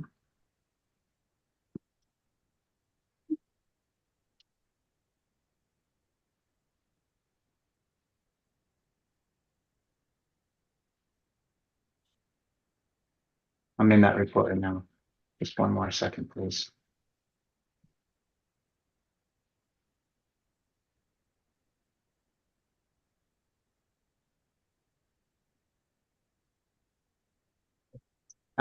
So I do see that groundwater samples were collected through May of 2023, and that was recorded in the phase 1 tier classification report.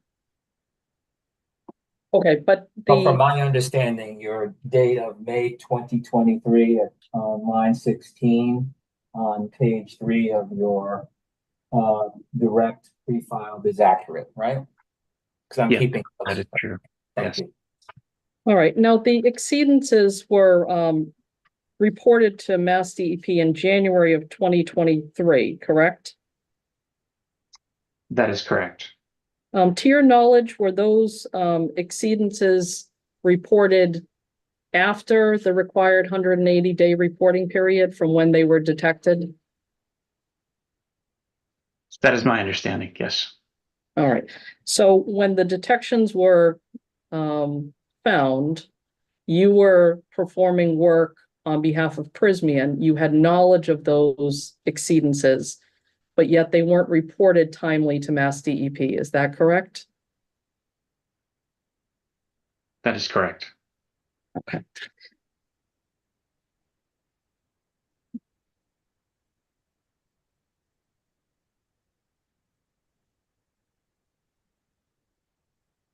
So turning your attention to page 5 of your direct testimony, starting at line 20.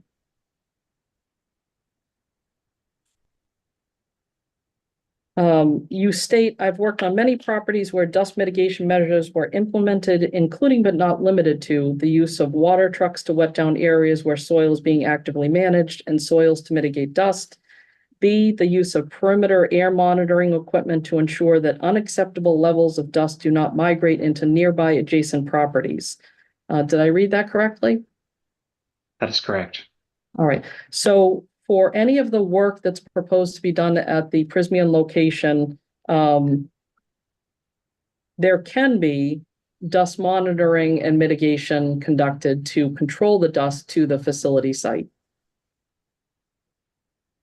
Can you clarify that question?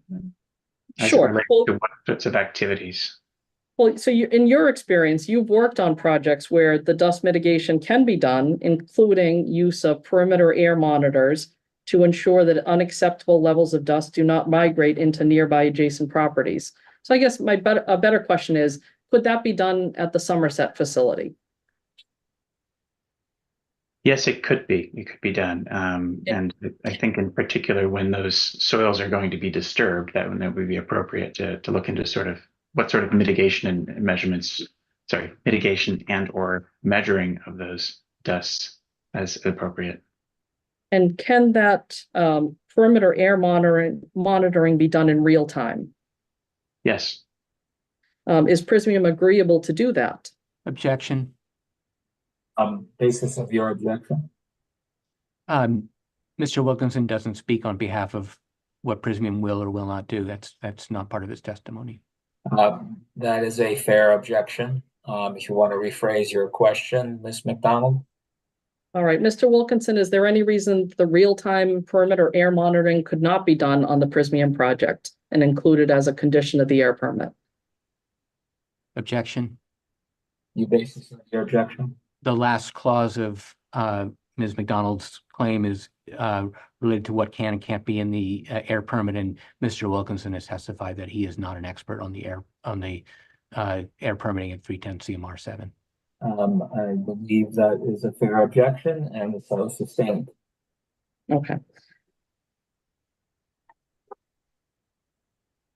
Mr. Wilkinson, turning your attention to page 7 of your pre-filed testimony, starting at line 5, you state, under certain circumstances, an air permit may be required, as this section of the MCP states that remedial actions that involve the emission or discharge of oil and or hazardous material to the atmosphere must meet the requirements of the air pollution control regulations, parentheses 310 CMR 7.00. Did I read that correctly?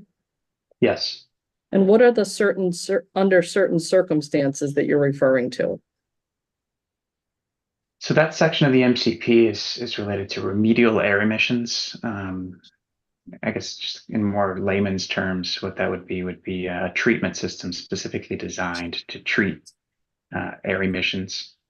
And under those situations, for example, if you're treating groundwater and you could be emitting contaminants up into the air as part of that treatment process, in certain instances, it would be appropriate to meet the air permit requirements under that regulation. And are those circumstances present in this case? In my opinion, this does not fall under the remedial air emissions section of the MCP for what's proposed here. And why not? We are not designing any sort of treatment system specifically related to subsurface contamination and treatment of remediation that would be needed. Okay. Turning your attention to page 9 of your testimony, where the discussion is about whether the project site is, quote, heavily contaminated. So if I could just get you to that page, and then I'll ask you a question. Let me know when you're ready. I'm ready. Okay, so at the property, it's been confirmed through testing done by Ramboll that the property contains the C9, C10 aromatics. Correct? Oh, correct. Yes. Naphthalene, Correct. PCBs, Correct. arsenic, Correct. chromium, Correct. lead, Correct. vanadium, Correct. zinc, Correct. CIS 1,2-DCE, Correct. trans-1,2-DCE, That's correct. TCE, Correct. nickel, Correct. silver, Correct. and zinc. That's correct. Are those all considered contaminants? They are all considered contaminants of concern for the site. Yes. Okay. So would you agree with me that the site is in fact contaminated? Yes, I would. Turning your attention to your supplemental testimony. Which is his rebuttal, is that what you mean? I apologize, Your Honor. Okay. Can't get that out of my That's all right. vocabulary. So on your rebuttal testimony, starting at page 3. Line 17.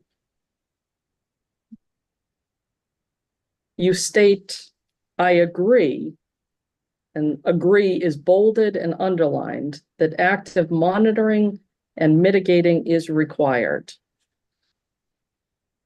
Did I read that correctly? Yes. All right. Now, in Dr. Healey's testimony, well, let me ask you this. Have you reviewed Dr. Healey's testimony? Yes, I have. All right. And you actually cite his testimony throughout your pre-file testimony, correct? That's correct. Do No, you agree? in my rebuttal, I do. Yes. I apologize, in your rebuttal. Do you Yeah. agree with any of the statements made by Dr. Healey in terms of active monitoring and mitigating during both construction and operation? I agree with construction, that monitoring and mitigating dust, odors, fumes, anything like that should be considered and should be taken into account prior to the start of those activities. I cannot speak to the operational side of your question because I don't think that would be applicable for disturbing soil and or groundwater at the site. Do you agree that the active monitoring and mitigating that you made reference to in your rebuttal testimony should be done on a real-time basis? Yes. During construction. Yes. Whenever the soils and groundwater are going to be disturbed, that's when the monitoring and mitigating should be taken into consideration and performed. And would you agree that the need for the real-time monitoring and mitigating is because once the contaminants leave the property and they hit the receptors, the damage has been done?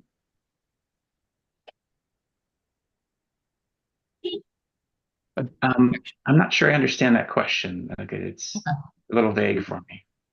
All right. Well, what I'm trying to understand is because of the contaminants that are on the property, you'd agree with me that the reason that this project would trigger the need for real-time reporting is that it would be harmful to the residents to be exposed to the contaminants for a day or 2 days or a week or months before we learn that the contaminants have been coming off the property.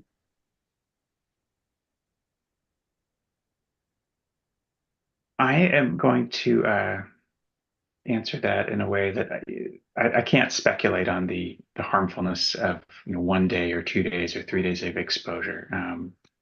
But I will say that regardless, I think that the mitigation should be performed so that doesn't happen to the extent feasible. So can I You ask have you 10 if minutes left, Ms. McDonald. I didn't mean to Okay. interrupt. Just need to let you know. Can I ask you, Mr. Wilkinson, have you ever actually been to the property at 1 Brayton Point Road? I have. All right. And are you familiar with the surrounding neighborhoods? Have you ever gone into any of the surrounding neighborhoods? I haven't visited the neighborhoods personally, but I've seen aerial photographs showing how close they are in proximity. Okay. My question is, would you want to live in any of those homes that are in close proximity to the facility if there wasn't real-time monitoring being done to make sure that there were no contaminants coming off the property? Objection. Basis of your objection? Asking him what he might want to do personally has nothing to do with an air permit or anything else that's the subject of this appeal. I concur, so the objection is sustained. Okay. Mr. Wilkinson.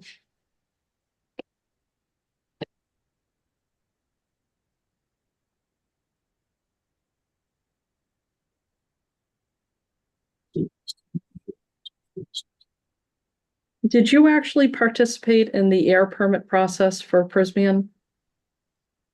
No, I did not. Okay. Did you attend any of the meetings between Prysmian and Mass DEP? No, I did not. All right, so you're here today solely being called at the request of Prysmian to provide testimony in this proceeding, but none of your testimony or input was ever provided or included in the initial air permit evaluation. Objection. Basis of your objection? I mean, assuming the conclusion that he didn't testify, Mr. Wilkinson did not testify that nothing he did was taken into account. Would rephrase your question, Ms. McDonald. Okay, Mr. Wilkinson, did you participate in the air permit process at the Mass DEP level prior to its approval? No, I did not. All right, did you provide any data, documentation, testimony to Prysmian, Brayton Point LLC, Mass DEP, that to your knowledge was a factor in the approval of the air permit? Not to my knowledge. Okay. And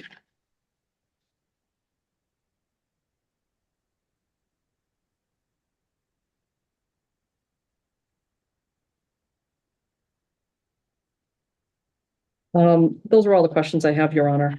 Okay, thank you, Ms. McDonald. Ms. Blakely, do you have any cross-examination questions? I do not. Okay. Mr. Khan, you have the option of doing redirect examination of Mr. Wilkinson for 10 minutes if you choose to do so. I think I need a couple minutes, but yes. Okay, go right ahead. Is your right that I'm according you to do. So. Okay, thank you. Mr. Wilkinson, Ms. McDonald earlier asked you some questions about obligations to report contaminants to Mass DEP. You recall that? I do. Yeah. Did Prysmian have any obligations to make any reports to Mass DEP? No, they do not. Did it have any other obligations under the MCP with respect to contaminated materials at the site? No, they do not. That's the end of my redirect. Thank you. So, Mr. Wilkinson, thank you. Your obligations for cross-examination have been satisfied. As the other witnesses, you may remain to observe, but you're free to leave if you want to. So, Thank you, Your Honor. all right, and Mr. Khan, that leaves us with the last witness to be presented by Prysmian for cross-examination. For the record, who is that witness? It is Chris Bajek, who Okay. just appeared on the screen. All right. Hello, Mr. Bajek. Do you promise to tell the truth, the whole truth, and nothing but the truth? Yes, I do. This is Chris Bajek. Okay. Thank you. Mr. Khan, if you can ask the witness the customary questions for the adoption of pre-filed testimony. Thank you. Yes. Mr. Bajek, are you the person who previously filed sworn pre-filed testimony on behalf of Prysmian in this matter? Yes, I am. And do you formally adopt that testimony under oath? Yes, I do. Okay. With the witness having adopted his pre-filed testimony, he is now available for cross-examination by petitioner's counsel. Ms. McDonald, like the previous witnesses, you have 30 minutes for cross-examination. Thank you, Your Honor. Good afternoon, Mr. Bajek. Good afternoon, Ms. McDonald. Okay. Mr. Bajek, I'll get these out of the way. You're not a medical doctor. No, I'm not. You're not able to provide any medical opinions regarding the effects of environmental hazards on a person's health. No. You're not able to give us any information regarding the health effects of exposure to noise, vibrations. No, I'm not. No, I'm not a And you're medical doctor. You're not an attorney. Nope, not an You're attorney. not able to give a legal opinion. No, I'm not. But yet you did in your pre-filed testimony read and interpret the CMRs regarding the air permit, correct? I didn't read and interpret Mass DEP's noise policy as it pertains to noise in the community. And you'd agree that you don't have to be an attorney to read and understand and apply regulations. Reading and comprehension is, part of understanding the regulations, but you also gain knowledge through the application of, applying those regulations to projects. Okay. Now, in your pre-filed testimony at page 2, I understand you have your Bachelor of Science in Mechanical Engineering. Yes, that is correct. And then you attended a year of graduate study, but am I correct that you didn't complete the graduate program? That is correct. All right. Would you agree with me that even though you didn't complete the graduate program, what you learned in that year of your course of study is still information that you carry forward and can use in your professional experience? I agree with that statement. Okay. Would you agree with me similarly that someone who has, let a certification lapse still retains the knowledge that they had to pursue and obtain that certification originally? I can't speak on particular certifications, but it would appear to be analogous. Okay. Now, you're not a licensed engineer, correct? I'm not a licensed engineer. Okay. And other than your Bachelor of Science degree, and then you talk about kind of focusing on noise in your professional career, you don't have any other formal training or education in noise modeling or analysis?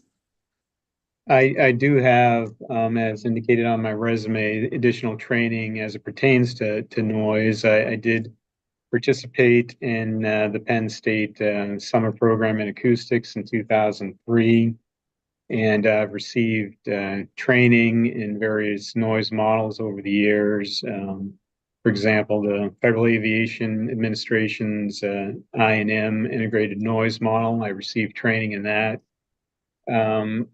I think back in 2000, I forget the time, early 2000s, I've also received formal training from Data Custic. They are the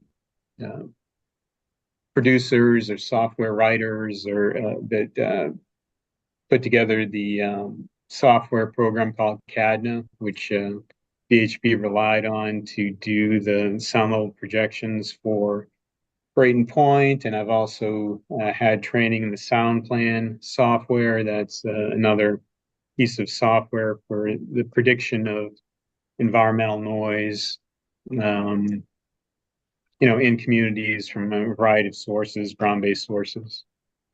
Okay. So turning your attention to page 5 of your direct testimony, starting at line 14. You state the ground cover has been assumed to have an absorption coefficient of 0 to represent the hard ground associated with the surrounding water. Do you see that testimony? Yes, I do. Okay, so you'd agree with me that the location of the Prysmian facility is surrounded by water on 3 sides? Yeah, generally on 3 sides, there is access off, some road from the mainland to get onto the site. Yes. All right. Does water absorb noise or does the noise travel over the water? Noise, well, when sound propagates over water, the assignment of water with the absorption coefficient of 0 means it's hard surface. So sound travels, drops off at a lower rate over hard ground than it does soft ground. Okay. Now on page 5, starting at line 19, you talk about your opinions and your testimony and your noise modeling for this project have been estimated using sound level data provided for a Prysmian vessel during cable loading activities. Do you see that, lines 19 and 20? Yes, I see that. Did you yourself do any actual sound level testing, data, or monitoring regarding a Prysmian vessel? I did not myself conduct any measurements of sound from a Prysmian vessel. Okay, isn't it correct that Prysmian provided the data that you're relying on? Another firm, Italian firm, Euphonia, conducted the measurements, I believe, on behalf of Prysmian. So Prysmian provided that data to us to use. So neither you nor VHB ever did any direct testing or recording of a Prysmian vessel. That is correct. And you didn't observe the Italian company doing their testing to make sure that it was done accurately and it was done correctly. I did not observe Euphonia and their personnel when they conducted the tests. All right. Do you know whether or not Euphonia had any bias either in favor of Prysmian or against Prysmian that would affect the reliability of their data? I can't speculate on that. All right. And the testing that the Italian company did regarding a Prysmian vessel, at any point during your entire work on this project, did you ever include or do any testing regarding a non-Prysmian vessel? So in other words, a ship not owned directly by Prysmian? No further testing of a sound test of a vessel were made, of any other vessel. Is it a fair statement that you can't tell us anything about the noise that will be generated from any of the non-Prysmian owned vessels that are proposed to tie up and load cable at Brayton Point?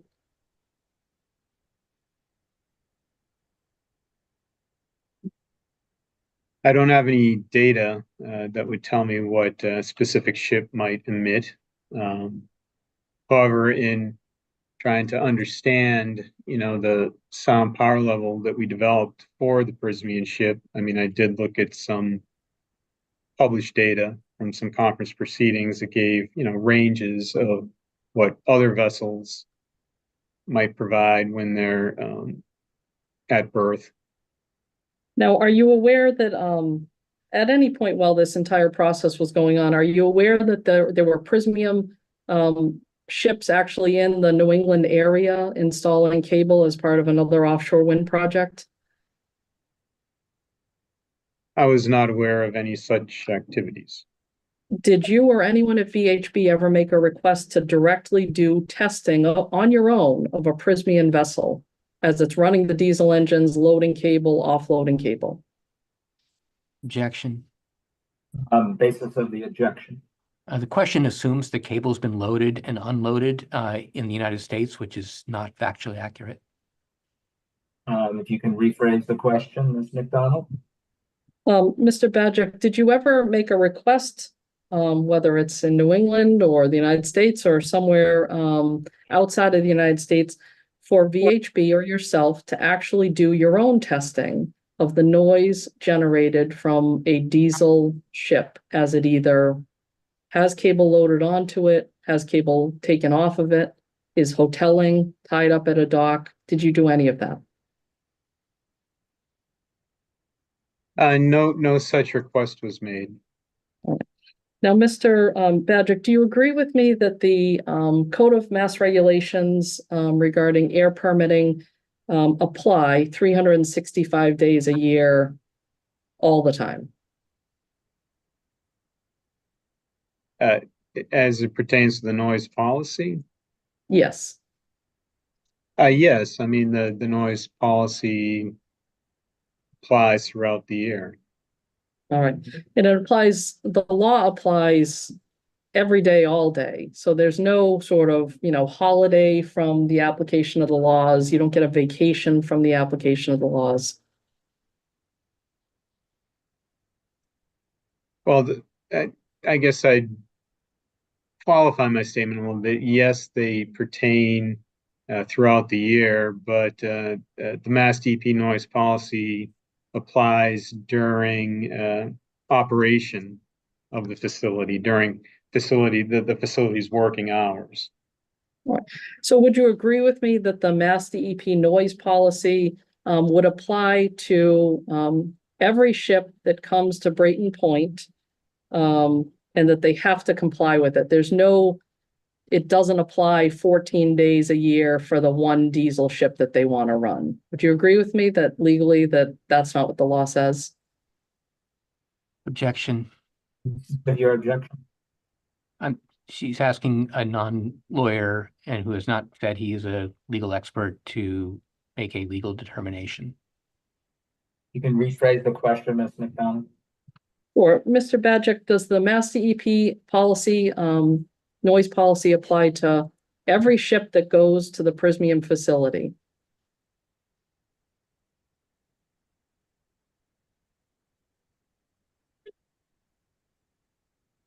Well, it would be my opinion that the Mass DEP noise policy applies. And so that's why we demonstrated with our sound study, its potential effect, and evaluated the effects of the vessel,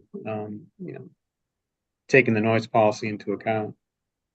Now, on page 7 of your direct testimony, starting at line 18, you state use of shore-to-ship power was adopted, which had the effect of reducing noise while ships are docked at the facility. For any ships that do not have the capability of using shore-to-ship power, parentheses, a maximum of 1 ship per year for a period of up to 14 consecutive days, Prysmian has committed to conducting real-time monitoring. Should the real-time monitoring suggest non-compliance with the Mass DEP policy, vessel operations will be temporarily curtailed until such time as the ambient conditions are favorable for the commencement of activities. Did I read that correctly? Yes, you did. And is that what Prysmian proposed to Mass DEP that they would agree to? A statement as such was included in the sound study, the report that we submitted as part of the air permit application. So it's my understanding that although not being able to speak directly for what Prysmian will or will not do. It's my understanding that that had been agreed upon, or it's my understanding that Prysmian is aware of that commitment. Okay, so that was offered to Mass DEP. Right. It was offered. It was mentioned in the sound study report. Yes. Okay. Did Mass DEP include that in the conditions of the air permit approval? I don't recall. It's been a while since I looked at the air permit approval. All I can say is that, I mean, there are some aspects of the air permit approval that, have certain limits in them. So as they pertain to sound. Now, you'd agree with me that any ship, that period of up to 14 consecutive days, the ship still has to comply with the Mass DEP policy.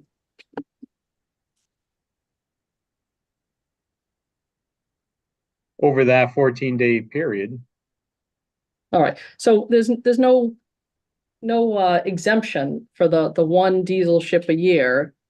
Every ship, every day has to comply with that noise policy, correct?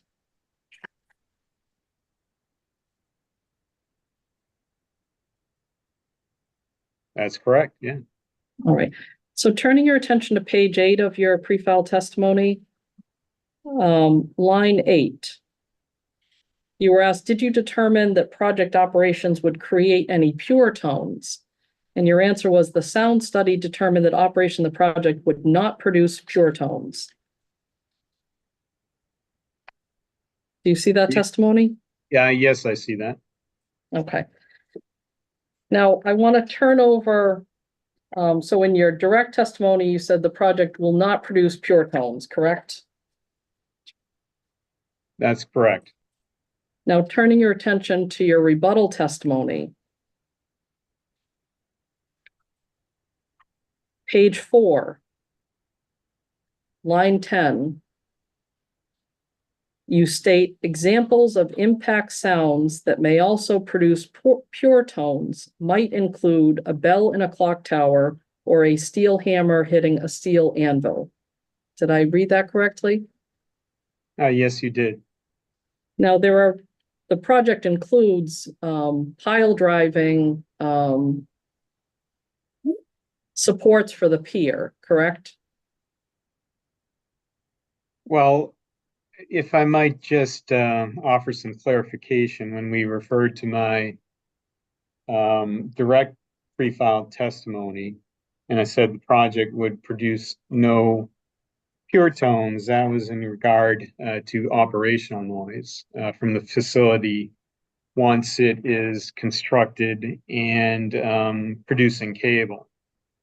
So going back to my rebuttal testimony, this is, and your question about whether, I forget what it was leading to, pile driving, that's more of a construction noise and not operational noise. We need to separate and distinguish between the two. Will the pile driving activities and the construction of the Prysmian facility produce pure tones? I am not aware of the extent of pile driving that may or may not be required for the construction of the facility. As I think is stated elsewhere, perhaps in either my rebuttal, I think it might be stated in my rebuttal, we did not model pile driving noise. Now, the pile driving, I'm assuming it's some type of a metal piece of equipment that's pile driving into either rock or a metal piling, correct? I don't know I can't elaborate on the construction techniques that the contractor may or may not use for the construction of the pier. I mean, there are different types of not only steel but wooden piles that could be used. And I know that there are, pile caps, kind of an energy absorbing cap that you can put on the top of a pile. That's between the device, this driving the pile and the pile itself to help mitigate sound. So, but I don't know, and it's not been determined to my knowledge, how pile driving would occur if it's needed at all.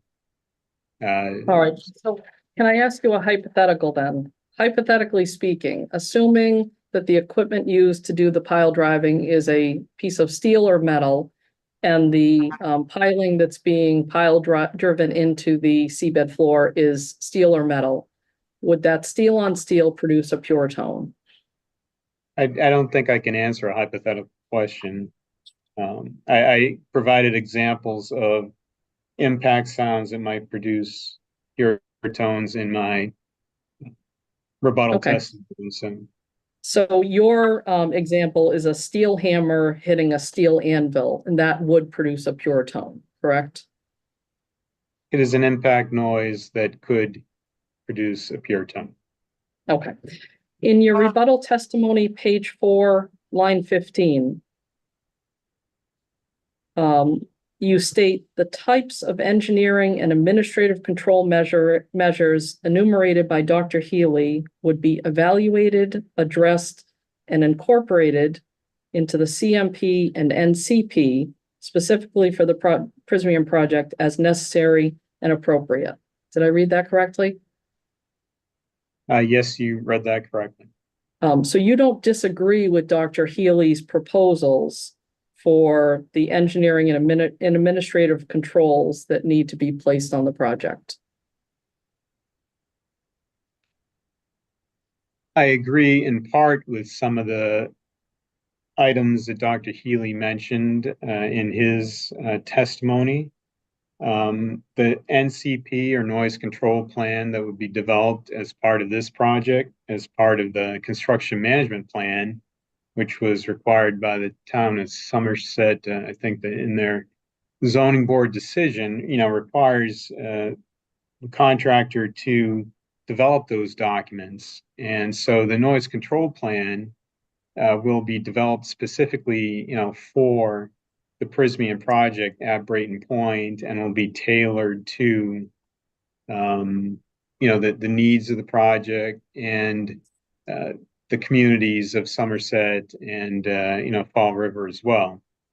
So it's not, in reading Dr. Healey's testimony, he proposed and made reference to, a lot of things, including the construction noise control plan that had been developed for the Big Dig project back in the 1990s.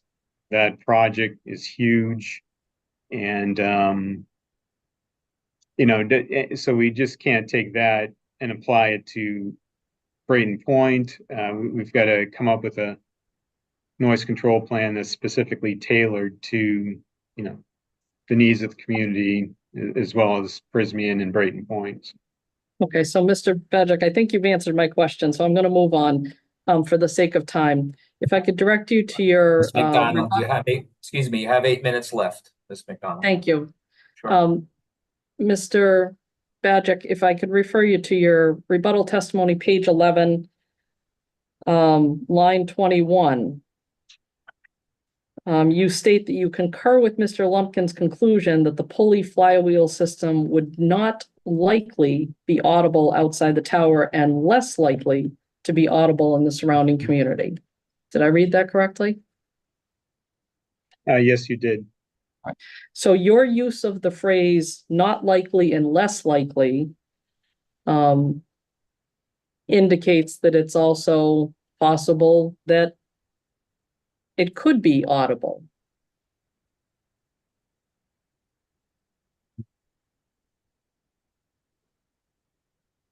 Yeah, based on the statement and what I put in my rebuttal testimony, yeah, there is a potential that it could be audible, but I would point out that audibility in itself is not necessarily a violation of Mass DEP's noise policy, since as you're aware, Mass DEP noise policy does allow for a certain increase above ambient sound levels. So, Okay. So, turning your attention to page 12 of your rebuttal testimony, line 15, actually line 16. You make reference to euphonia's analysis, included noise from the diesel engine operations pulling cable onto the ship. So did you have access to that actual data, the raw data? I had access to a report that Euphonia put together that summarized the data. I didn't have the raw data per se. What is the actual decibel level produced by the a ship pulling cable running on diesel engines? I don't have the measurement data from Euphonia's report. It's not top of mind for me right now, but I would say that, from that measurement, from the measurements they took, we developed the sound power level as indicated in my rebuttal testimony on that same page of No, one. so I'm gonna interrupt. So my question is, can you tell us what the decibel level is that's produced from the diesel ship pulling cable onto it? Objection. Objection. The term decibel level, I think, has many, many different meanings, and I think the question is vague as a result. You can answer, Mr. Bajek, based on what DEP's noise policy requires or doesn't require. So we'll narrow the question on decibels to that. Well, I guess Ms. McDonald, the way I interpret her question is that she's asking me perhaps details of Euphonia's measurements or what they had measured. Like I said, it's not top of mind. I will say that, based on their data, we came up with some, projections, and we made predictions. We had empirical data, sound level data from Euphonia, from this other acoustical consulting firm.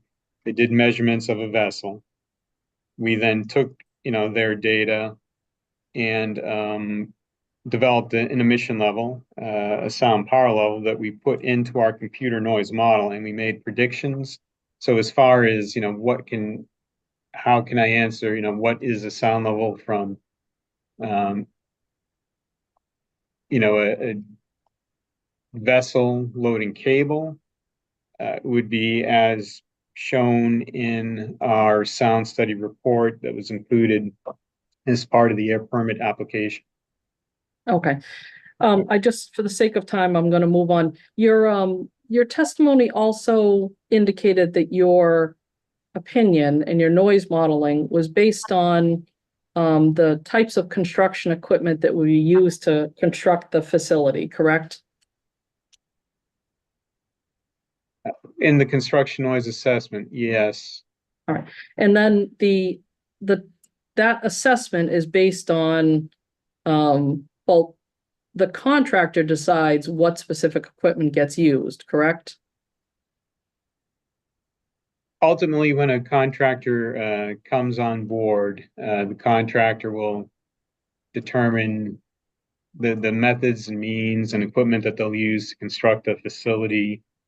And, all that will be included and enumerated in a noise control plan that's part of a construction management plan. At the time you issued your opinion and your noise assessment, had the contractor been hired for the Prysmian project? I don't believe so. All right, so there was no. But I don't know if I can really answer that. I don't know the actual. Well, what I'm asking is, was We have 2 your. minutes left, so maybe this should be the last question. Let's follow it. Sure. Mr. Bajek, will you agree with me that the noise prediction modeling that you came up with regarding construction was based on speculation on the part of Prysmian and VHB regarding the specific construction equipment? And what I mean by that is if there was no contractor actually on board, you did not have the contractor's specific equipment list when you generated your opinion. Objection to the use of the term speculative. You can answer the question with the word speculative taken out. I think the question without the word speculative is a fair one on cross-examination, so the witness may answer.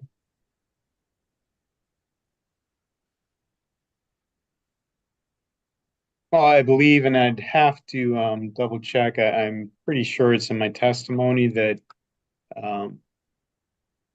when the equipment and the phases of construction activity were developed for us to do our construction noise assessment, the equipment used was, I believe, prepared by Prysmian's construction manager at the time. So that was back in 2023. Who was the construction manager at that time? I don't know. The name escapes me at the time. I'd have to go back and verify. I thought I may have mentioned that in my testimony, but it was not speculative. I mean, made a reasonable assessment of, what it would take to construct such a facility, and that's what we use to go forward. Okay. Ms. McDonald, your time is concluded. All right. Thank you. You're welcome. Ms. Blakely, do you have any cross-examination questions for the witness? No, I don't. Mr. Khan, do you have any redirect questions for the witness? I have a few. Okay. Okay, Mr. Bajek, is Euphonia a professional noise consultancy? Yes, I mean, I'm not aware of all the services they provide, but certainly acoustical consulting services is one of them, yes. Yeah. And is it customary in the profession to use data generated from other consultancies, or does it all have to be generated by VHB? I know we often use sound level data produced by other consultancies. And was there anything suspicious about the Euphonia data? Objection. And the basis of your objection? The use of the word suspicious. May I suggest the word concerns with the data? The word concerned. Yes. Well, the data at the time, we used the best available data provided to us, and that was provided by Euphonia.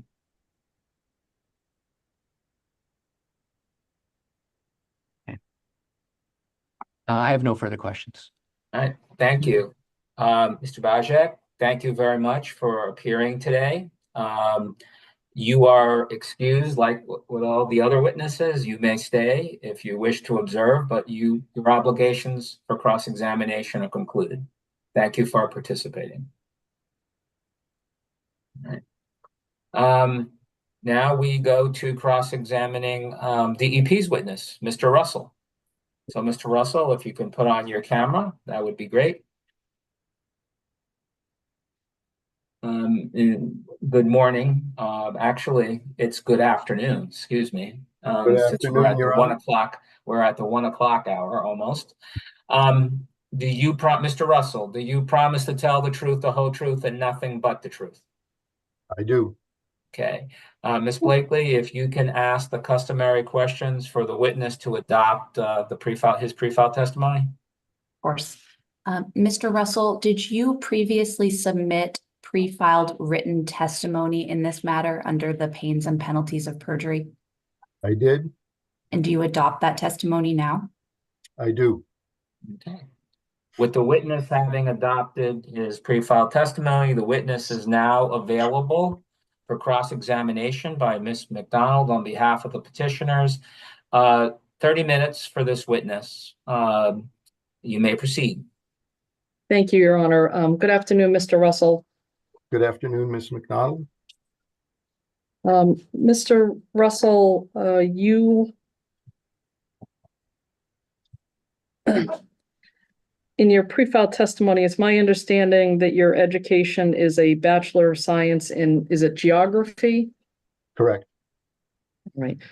Other than thereafter taking courses through Mass DEP, EPA, and NESCOM, do you have any other formal education in terms of emissions, odors, dust, or noise? No. Okay.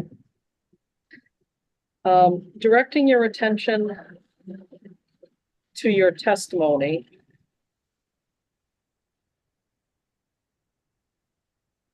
On page 3. Starting at line 4, you state prior to the submittal of the limited plan application, a pre-application meeting was held with the applicant and Mass DEP via Microsoft Teams on March 23rd, 2023. Did I read that correctly? That's correct. At that point, had any air permit applications been filed by Prysmian? Not that I'm aware of. Who was at that pre-application meeting?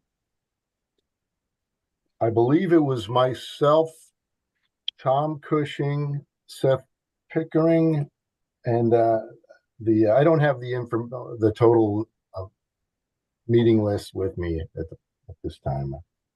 All right. Was there anyone outside of individuals that were there on behalf of Mass DEP and Prysmian? Not that I recall, no. Were there any anyone participating from any other state agency other than Mass DEP? No. During that pre-application meeting, was the topic of diesel ships discussed? I don't believe so. Okay. To your knowledge, when was the topic of diesel ships first discussed between Mass DEP and Prysmian on this project? I believe it was in a meeting on June 20th of 2023. And was that before or after the limited plan application had been filed? That was after the limited plan application was filed. Okay.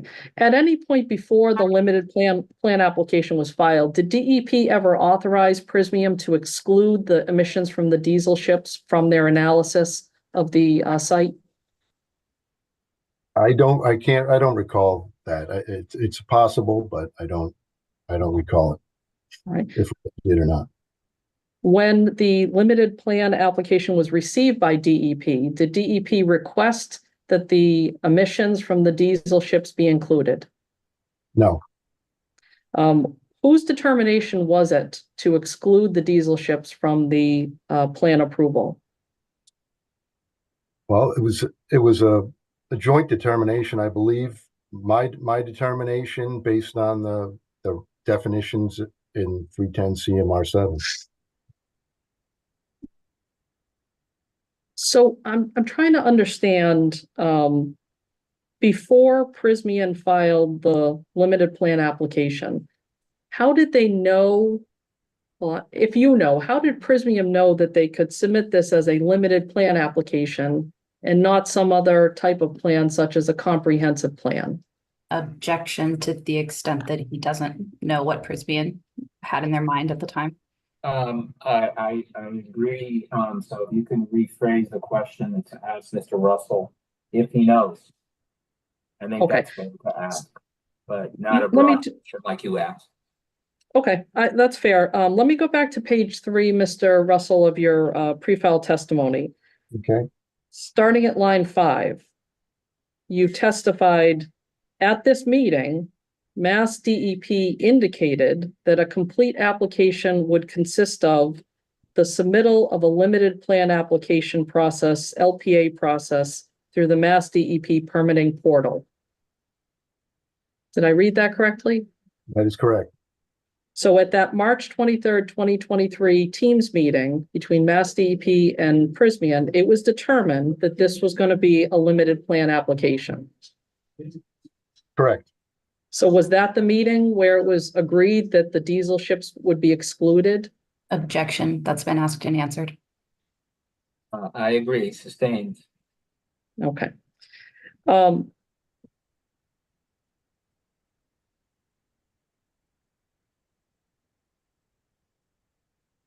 After the initial meeting, your pre-file testimony talks about weekly standing meetings between Prysmian and Mass DEP. Can you tell me who would attend those meetings? Could you tell me where you're referring to?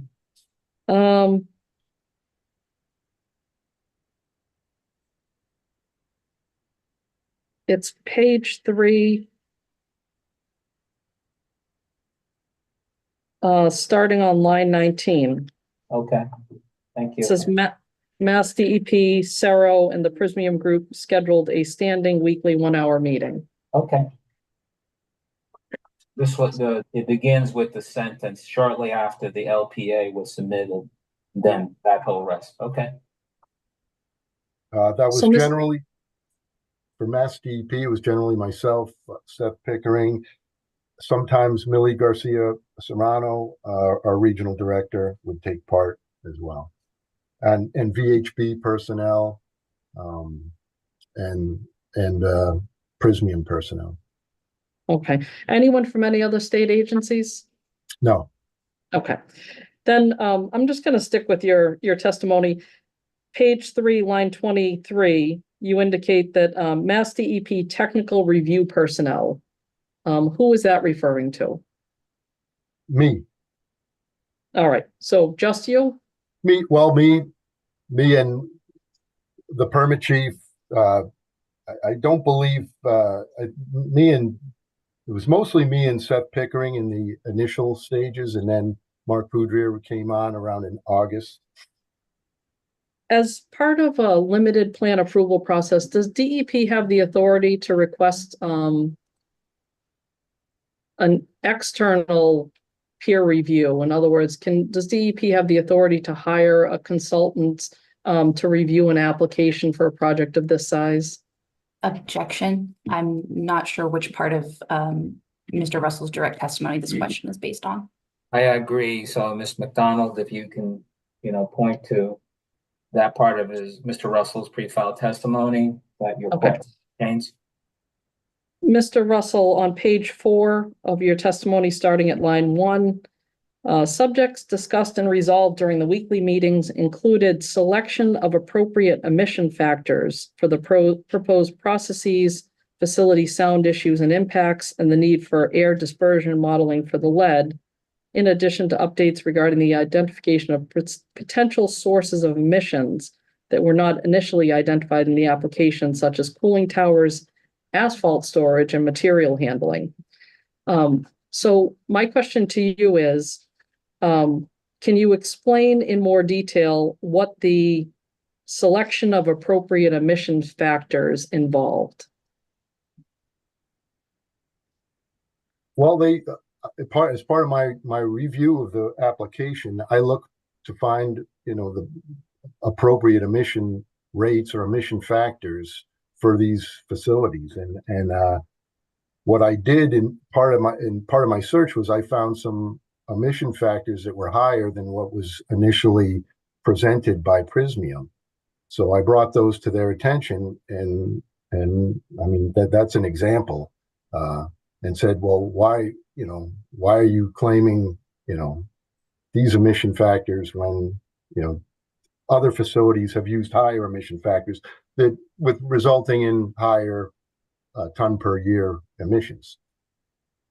Did you look at the emissions from the diesel ships in your selection of appropriate emissions factors? No. Do you know what the emissions are from the diesel ships? No. Did you ever request or obtain that information from Prysmian? No. Is it a fair statement that DEP just completely excluded the diesel ships from the very start of the permitting process? Objections, argumentative. Would rephrase the question, Mr. Conley. Sure. Mr. Russell, did DEP ever consider the emissions from the diesel ships to be included as part of this permit? No, And if you, when I say you and Mass DEP didn't know what the emissions would be from a diesel ship, how did you exclude that as an emission source for the project? because under the definitions of 310 CMR 7, they're not part of the source. We you determined say the ships were not part of the process that was being approved. So they weren't part of the source. Can you They're- explain to me, can you explain why it's your opinion that the diesel ships are not part of the facility? Well, as I said, based on the definitions in 310 CMR 7 and DEP policy, they're for a stationary source, they're considered secondary emissions.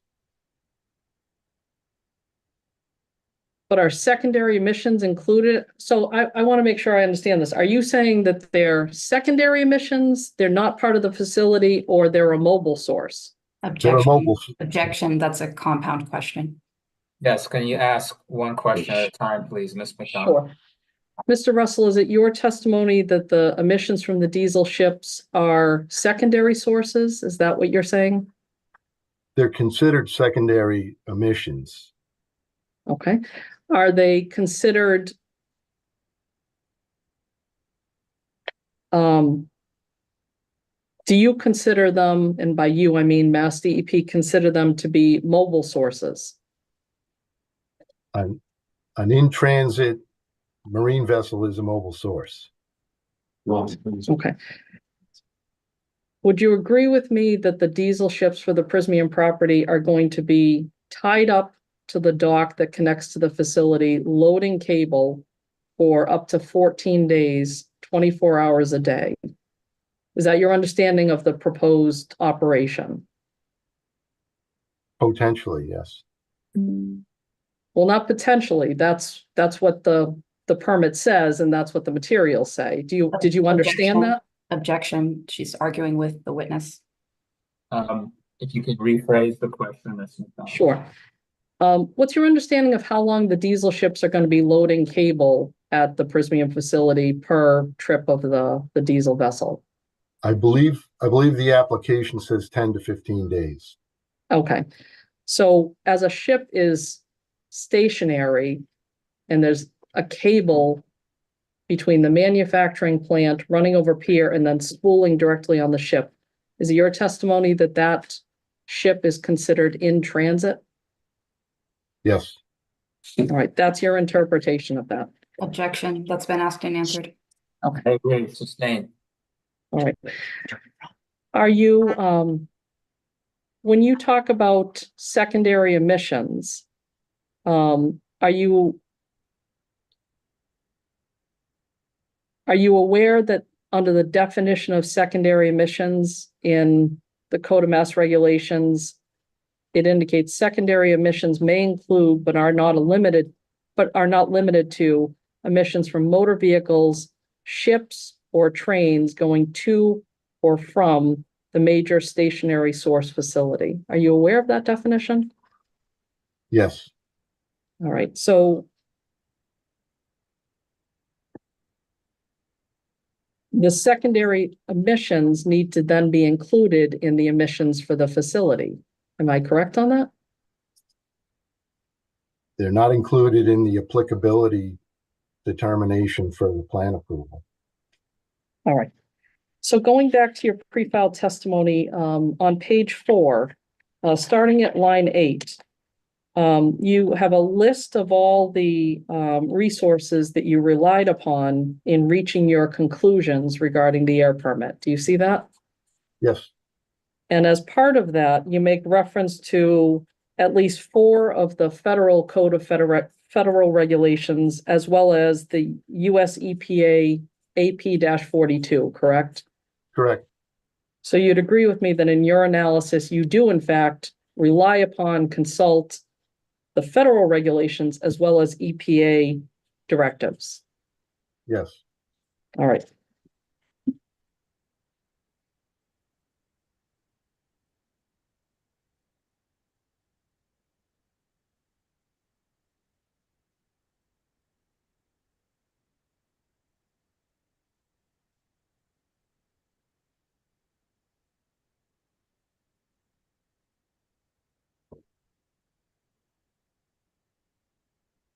Before the air permit was issued, was there ever a draft decision issued on this air permit? Objection, that's not in his pre-filed testimony. I agree. The objection is sustained. Okay. Mr. Russell, this air permit was just a approval that was issued in February, triggering the appeal period for the Somerset residents. Is that a fair statement? Correct. Okay. Now, in your pre-filed testimony, you talk about the timeline of the permit approval. And you talk about under the regulations. This is page. Where are you pointing to, Ms. McDonald? Where in his Yep. testimony? Page 7, Your Honor. Okay. Starting at line 1, and I'm not going to read the whole thing, but it talks, you in your pre-filed testimony indicate that there's a time limit for the limited plan approval, and it talks about 45 days to make a determination of administrative completeness. And so you spend quite a bit of time talking about the time the DEP is normally given for a limited plan approval. Do you see that? Yes. And you indicate that the normally DEP has 72 days for a limited plan approval.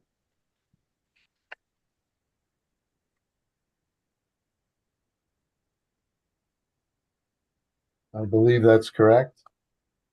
The Prysmian project took 251 days to complete, correct? Where is that in my testimony? Can you cite that?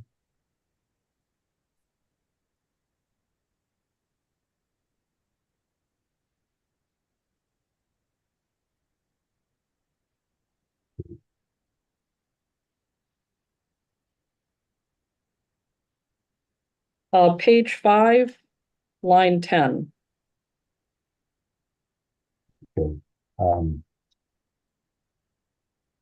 Yes, that's correct. Approximately 251 days to complete. All right. Since after day 72, Mass DEP was technically beyond the time that it was allotted to make a decision on the permit, was Mass DEP rushed in any way? No. Did Mass DEP We agreed with the applicant for timeline extensions, to extend the timeline for my technical review. Okay. Did Mass DEP ever refuse to grant an extension? I'm sorry, did Prysmian ever refuse to grant an extension? No. Okay. And does the fact that this application took 251 days to complete provide any indication that perhaps this was not a limited plan approval, but should have been a comprehensive permit? No. All right. Now on page, oh, I apologize. No. On page 6 of your pre-filed testimony, starting at line 7, you indicate that although the limited plan approval did not require an environmental justice analysis, you asked for a fact sheet to be provided on that issue, correct? That is correct. Are there greater protections for an environmental justice area under a comprehensive permit? Objection, relevant. Could you rephrase the question? As I indicated earlier, the petitioners didn't raise an environmental justice claim in their appeal notice. And that is not one of the issues for adjudication, whether or not DEP's issuance of this air permit is in conformity with the requirements of EEA's 22021 EJ policy. So if you want to ask a question confirming that Mr. Russell said what he said in his pre-filed testimony, that's fine because that's there written. But as to getting into the specifics of the claim, since it wasn't raised as an issue in the appeal notice and is not an issue for adjudication, I'm limiting it. So, okay. You have 10 minutes, by the way, left with Mr. Russell. Thank you. So turning your attention, Mr. Russell,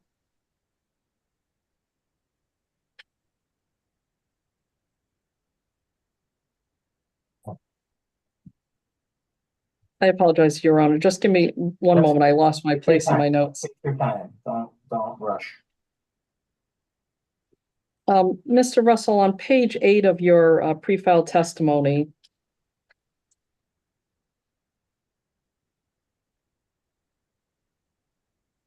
line 8, you talk about a section in the air permit that requires sound mitigation, including, it's multiple things, but I'm going to skip to the part that I'm going to ask you about. It ends with, and the utilization of shore power for vessels at berth. Do you see that? Yes. All right. So Mass DEP required in their air permit and looked at the use of shore power as it pertains to noise from the diesel ships. That was part of the approved application. Okay. So DEP looked at the ships and included the ships when they were looking at the issue of noise, but then didn't include the ships when it came to the issue of emissions?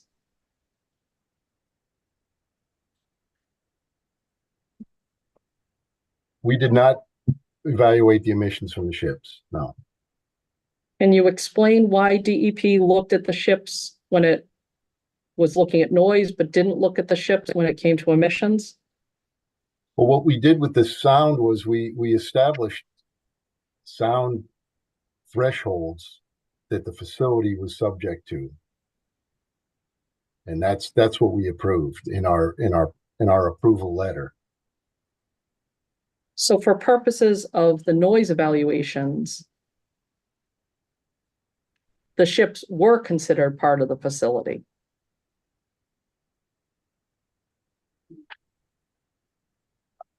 Yeah, I don't know that they were specifically, or that they weren't. They were included in the application, the applicant's sound profile to some extent.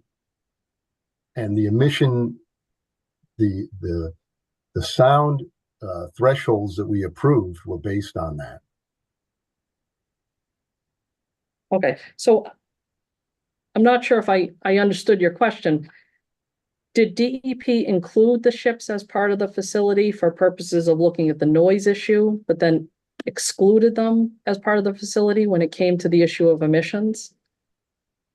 We didn't include the ships in any. Okay. The applicant may have. But DEP included them in in the sound. They may have included them in the sound analysis. But DEP included its analysis and looked at the ships in terms of the noise they would generate, hence the requirement for installing shore power. Blakely, did you have an objection? Yes, that's been asked and answered. He indicated that he accepted what was provided by the applicant. I concur. The objection is sustained. Okay. Mr. Russell, on page 8, where you do say that DEP included a condition in the permit that the petitioner install shore power. Does the permit say anywhere that they have to use the shore power?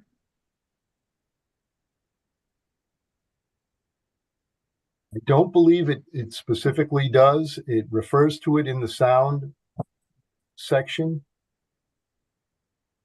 But it is part of the approved application. Our approval letters approve an application, so that.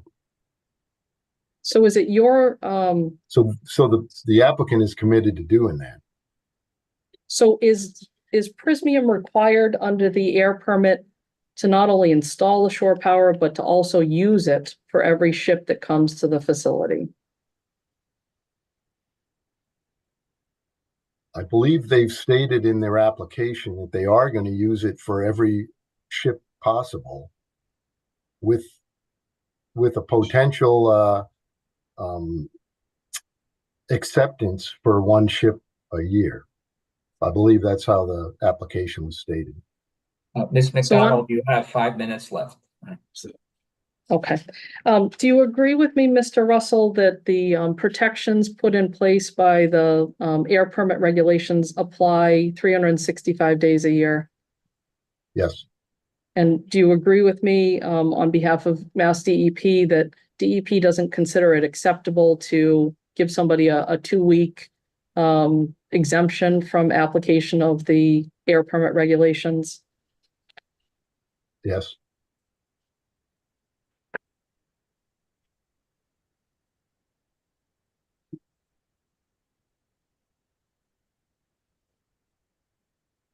Did you, as part of your work on the air permit, ever actually physically visit the site? I did not. Okay. In the materials that have been submitted, are you familiar with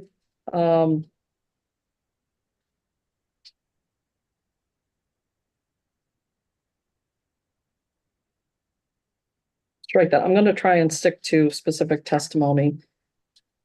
On page 10 of your testimony,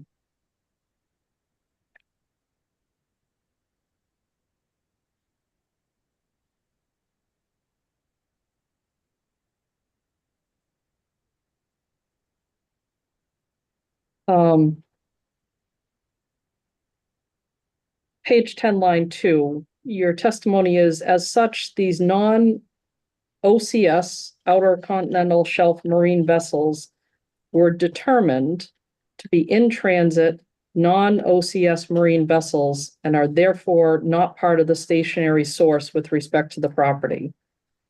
Any marine vessels in the southeastern Massachusetts Air Pollution Control District, which includes the Mount Hope Bay DPA, are by themselves subject to the requirements of 310 CMR 7.06 visible emissions at 7.06 parens 3 with references 7.06 parens 1A and 1B. Did I read that correctly?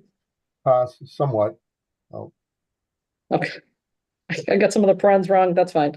Yeah. So I want to confirm this project is within the Southeastern Massachusetts Air Pollution Control District. Correct. All right.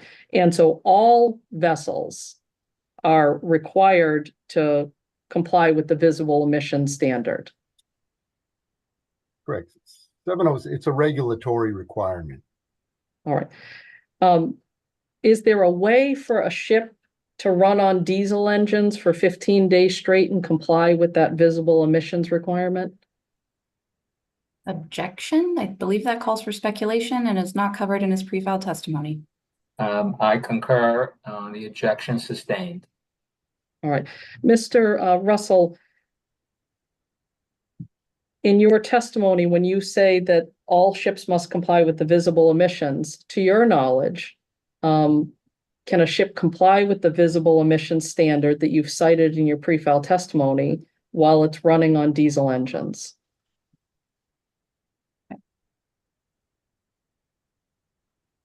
If you want my opinion, they better, because it's a requirement.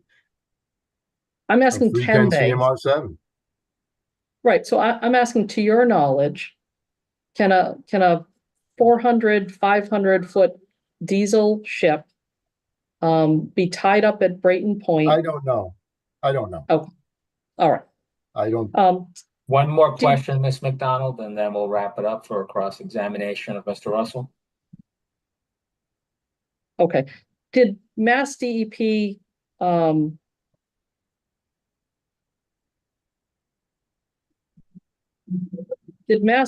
reconcile compliance with the visible emission standard and Mass DEP allowing a diesel ship to run 14 days next to a residential neighborhood? Let me ask you that, are those two things consistent? Compliance with the visible emissions and also permitting 14 days of a diesel ship? Objection. This question has been posed to him in multiple ways. He's already indicated that he does not know. I agree. I sustain the objection.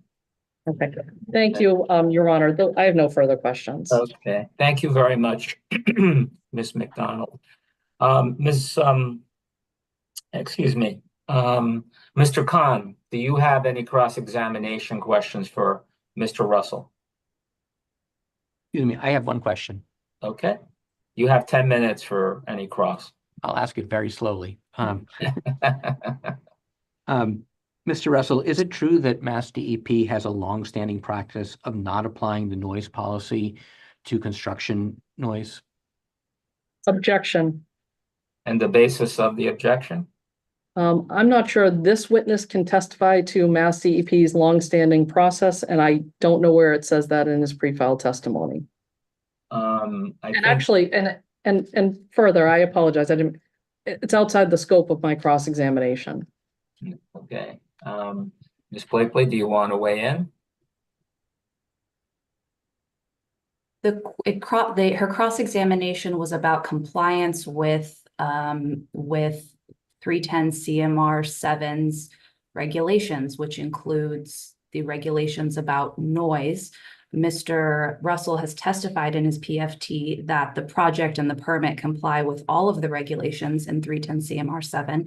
And the noise policy is an interpretation of those regulations. So I believe it's a fair question. You may proceed, Mr. Russell, in answering the question. would you restate the question, Mr. Khan? Is it true that Massachusetts DEP has a longstanding practice of not applying the noise policy to construction noise? My objection's noted. Okay. It's my understanding construction sites need to comply with 310 CMR 710 sound noise. And that's what I'll say to that.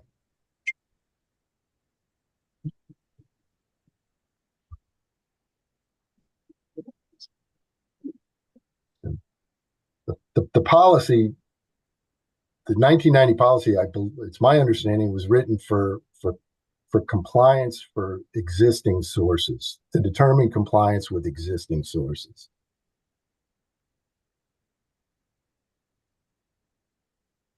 So. I have no further questions. Thank you. Ms. Blakely, do you have any redirect examination questions for Mr. Russell? I do not. All right. With that being the case, thank you, Mr. Russell. Your obligations to be cross-examined have been fulfilled. You may step down, and like all the other witnesses, you may remain to observe or carry on with your duties the rest of the day, wherever suits your fancy. Thank you, Your Honor. You're welcome. So we're at 1:35. We've done pretty well with time. And so what I would like to do, and it'll be very brief, is first say that a part of the hearing that called for the cross-examination of all the witnesses is concluded. That part, all witnesses were available for cross-examination and were cross-examined. In certain instances, were asked redirect examination questions. And so I have several housekeeping items. This is basically a restatement of filing deadlines that I established in the expedited appeal resolution schedule that I issued, I believe, a couple of months ago. And so the first one is that a week from today would be the filing. The week from today would be Wednesday, June 19th, 2024. The previously established filing deadline for Prysmian to file the transcript of the hearing. And then per that same expedited appeal adjudication schedule, the previously established deadline for the parties to file their respective closing briefs is June 26th. And then my recommended final decision to Mass DEP's commissioner would be due July 26, 2024. And then commissioner, I have a deadline of August 30th, 2024 for the commissioner's final decision. So those were the housekeeping items that I wanted to confirm, and those are not a surprise because they were established previously. Are there any questions or other matters that the parties, through their counsel or representative, want to raise at this point? Your Honor. Mm-hmm. Yes, Mr. Can Conley. can I just ask, so we're submitting written closing briefs. Is there any opportunity to provide rebuttal to those, or is it just the one brief? And well, my answer to this, to your question, would be this. The schedule is what it is right now. However, if you confer with Mr. Khan and Ms. Blakely and you work out some alternative schedule, which includes a reply brief, I'll certainly consider it. But it would help if you all agree, because if one party makes a motion and then we're going to get an response, and you know what I'm getting at, they're going to get an opposition or reply. So I think just consulting, and I'm not putting any pressure on Mr. Khan or Ms. Blakely to agree. Just have a conversation about it. And I know that Mr. Khan and Ms. Blakely will act in good faith in discussing it with you, Ms. McDonald. So could I ask, yeah, do they have a preference now, Attorney Khan, Attorney Blakely? Do you want to put that in place now, or I don't want to put you on the spot, but I just figure if you were interested in it as well, we could just. I personally am not in favor of working another brief into the schedule. Okay. I wasn't thinking a long time. I was literally thinking a couple of days and still not moving that July 26th date for the recommended final decision. Yeah.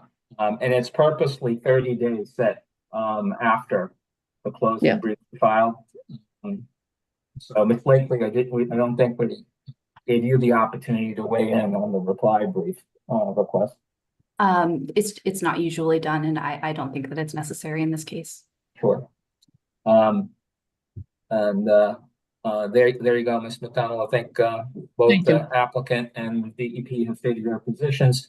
Is there anything else that the parties through their counsel or representative want to discuss?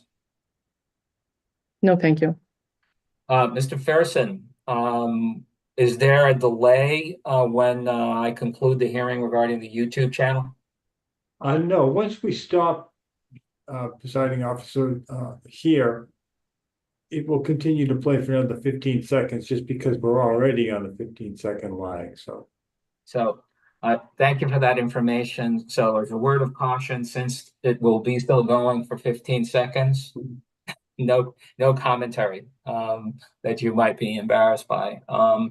It happens by accident more often than you think.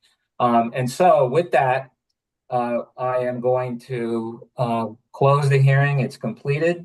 And so the next obligations are all of those obligations that I highlighted a few minutes ago regarding the transcript, the closing brief, the date of the recommended final decision, and the final decision. Thank you all very much. I wish you a healthy and safe summer. And so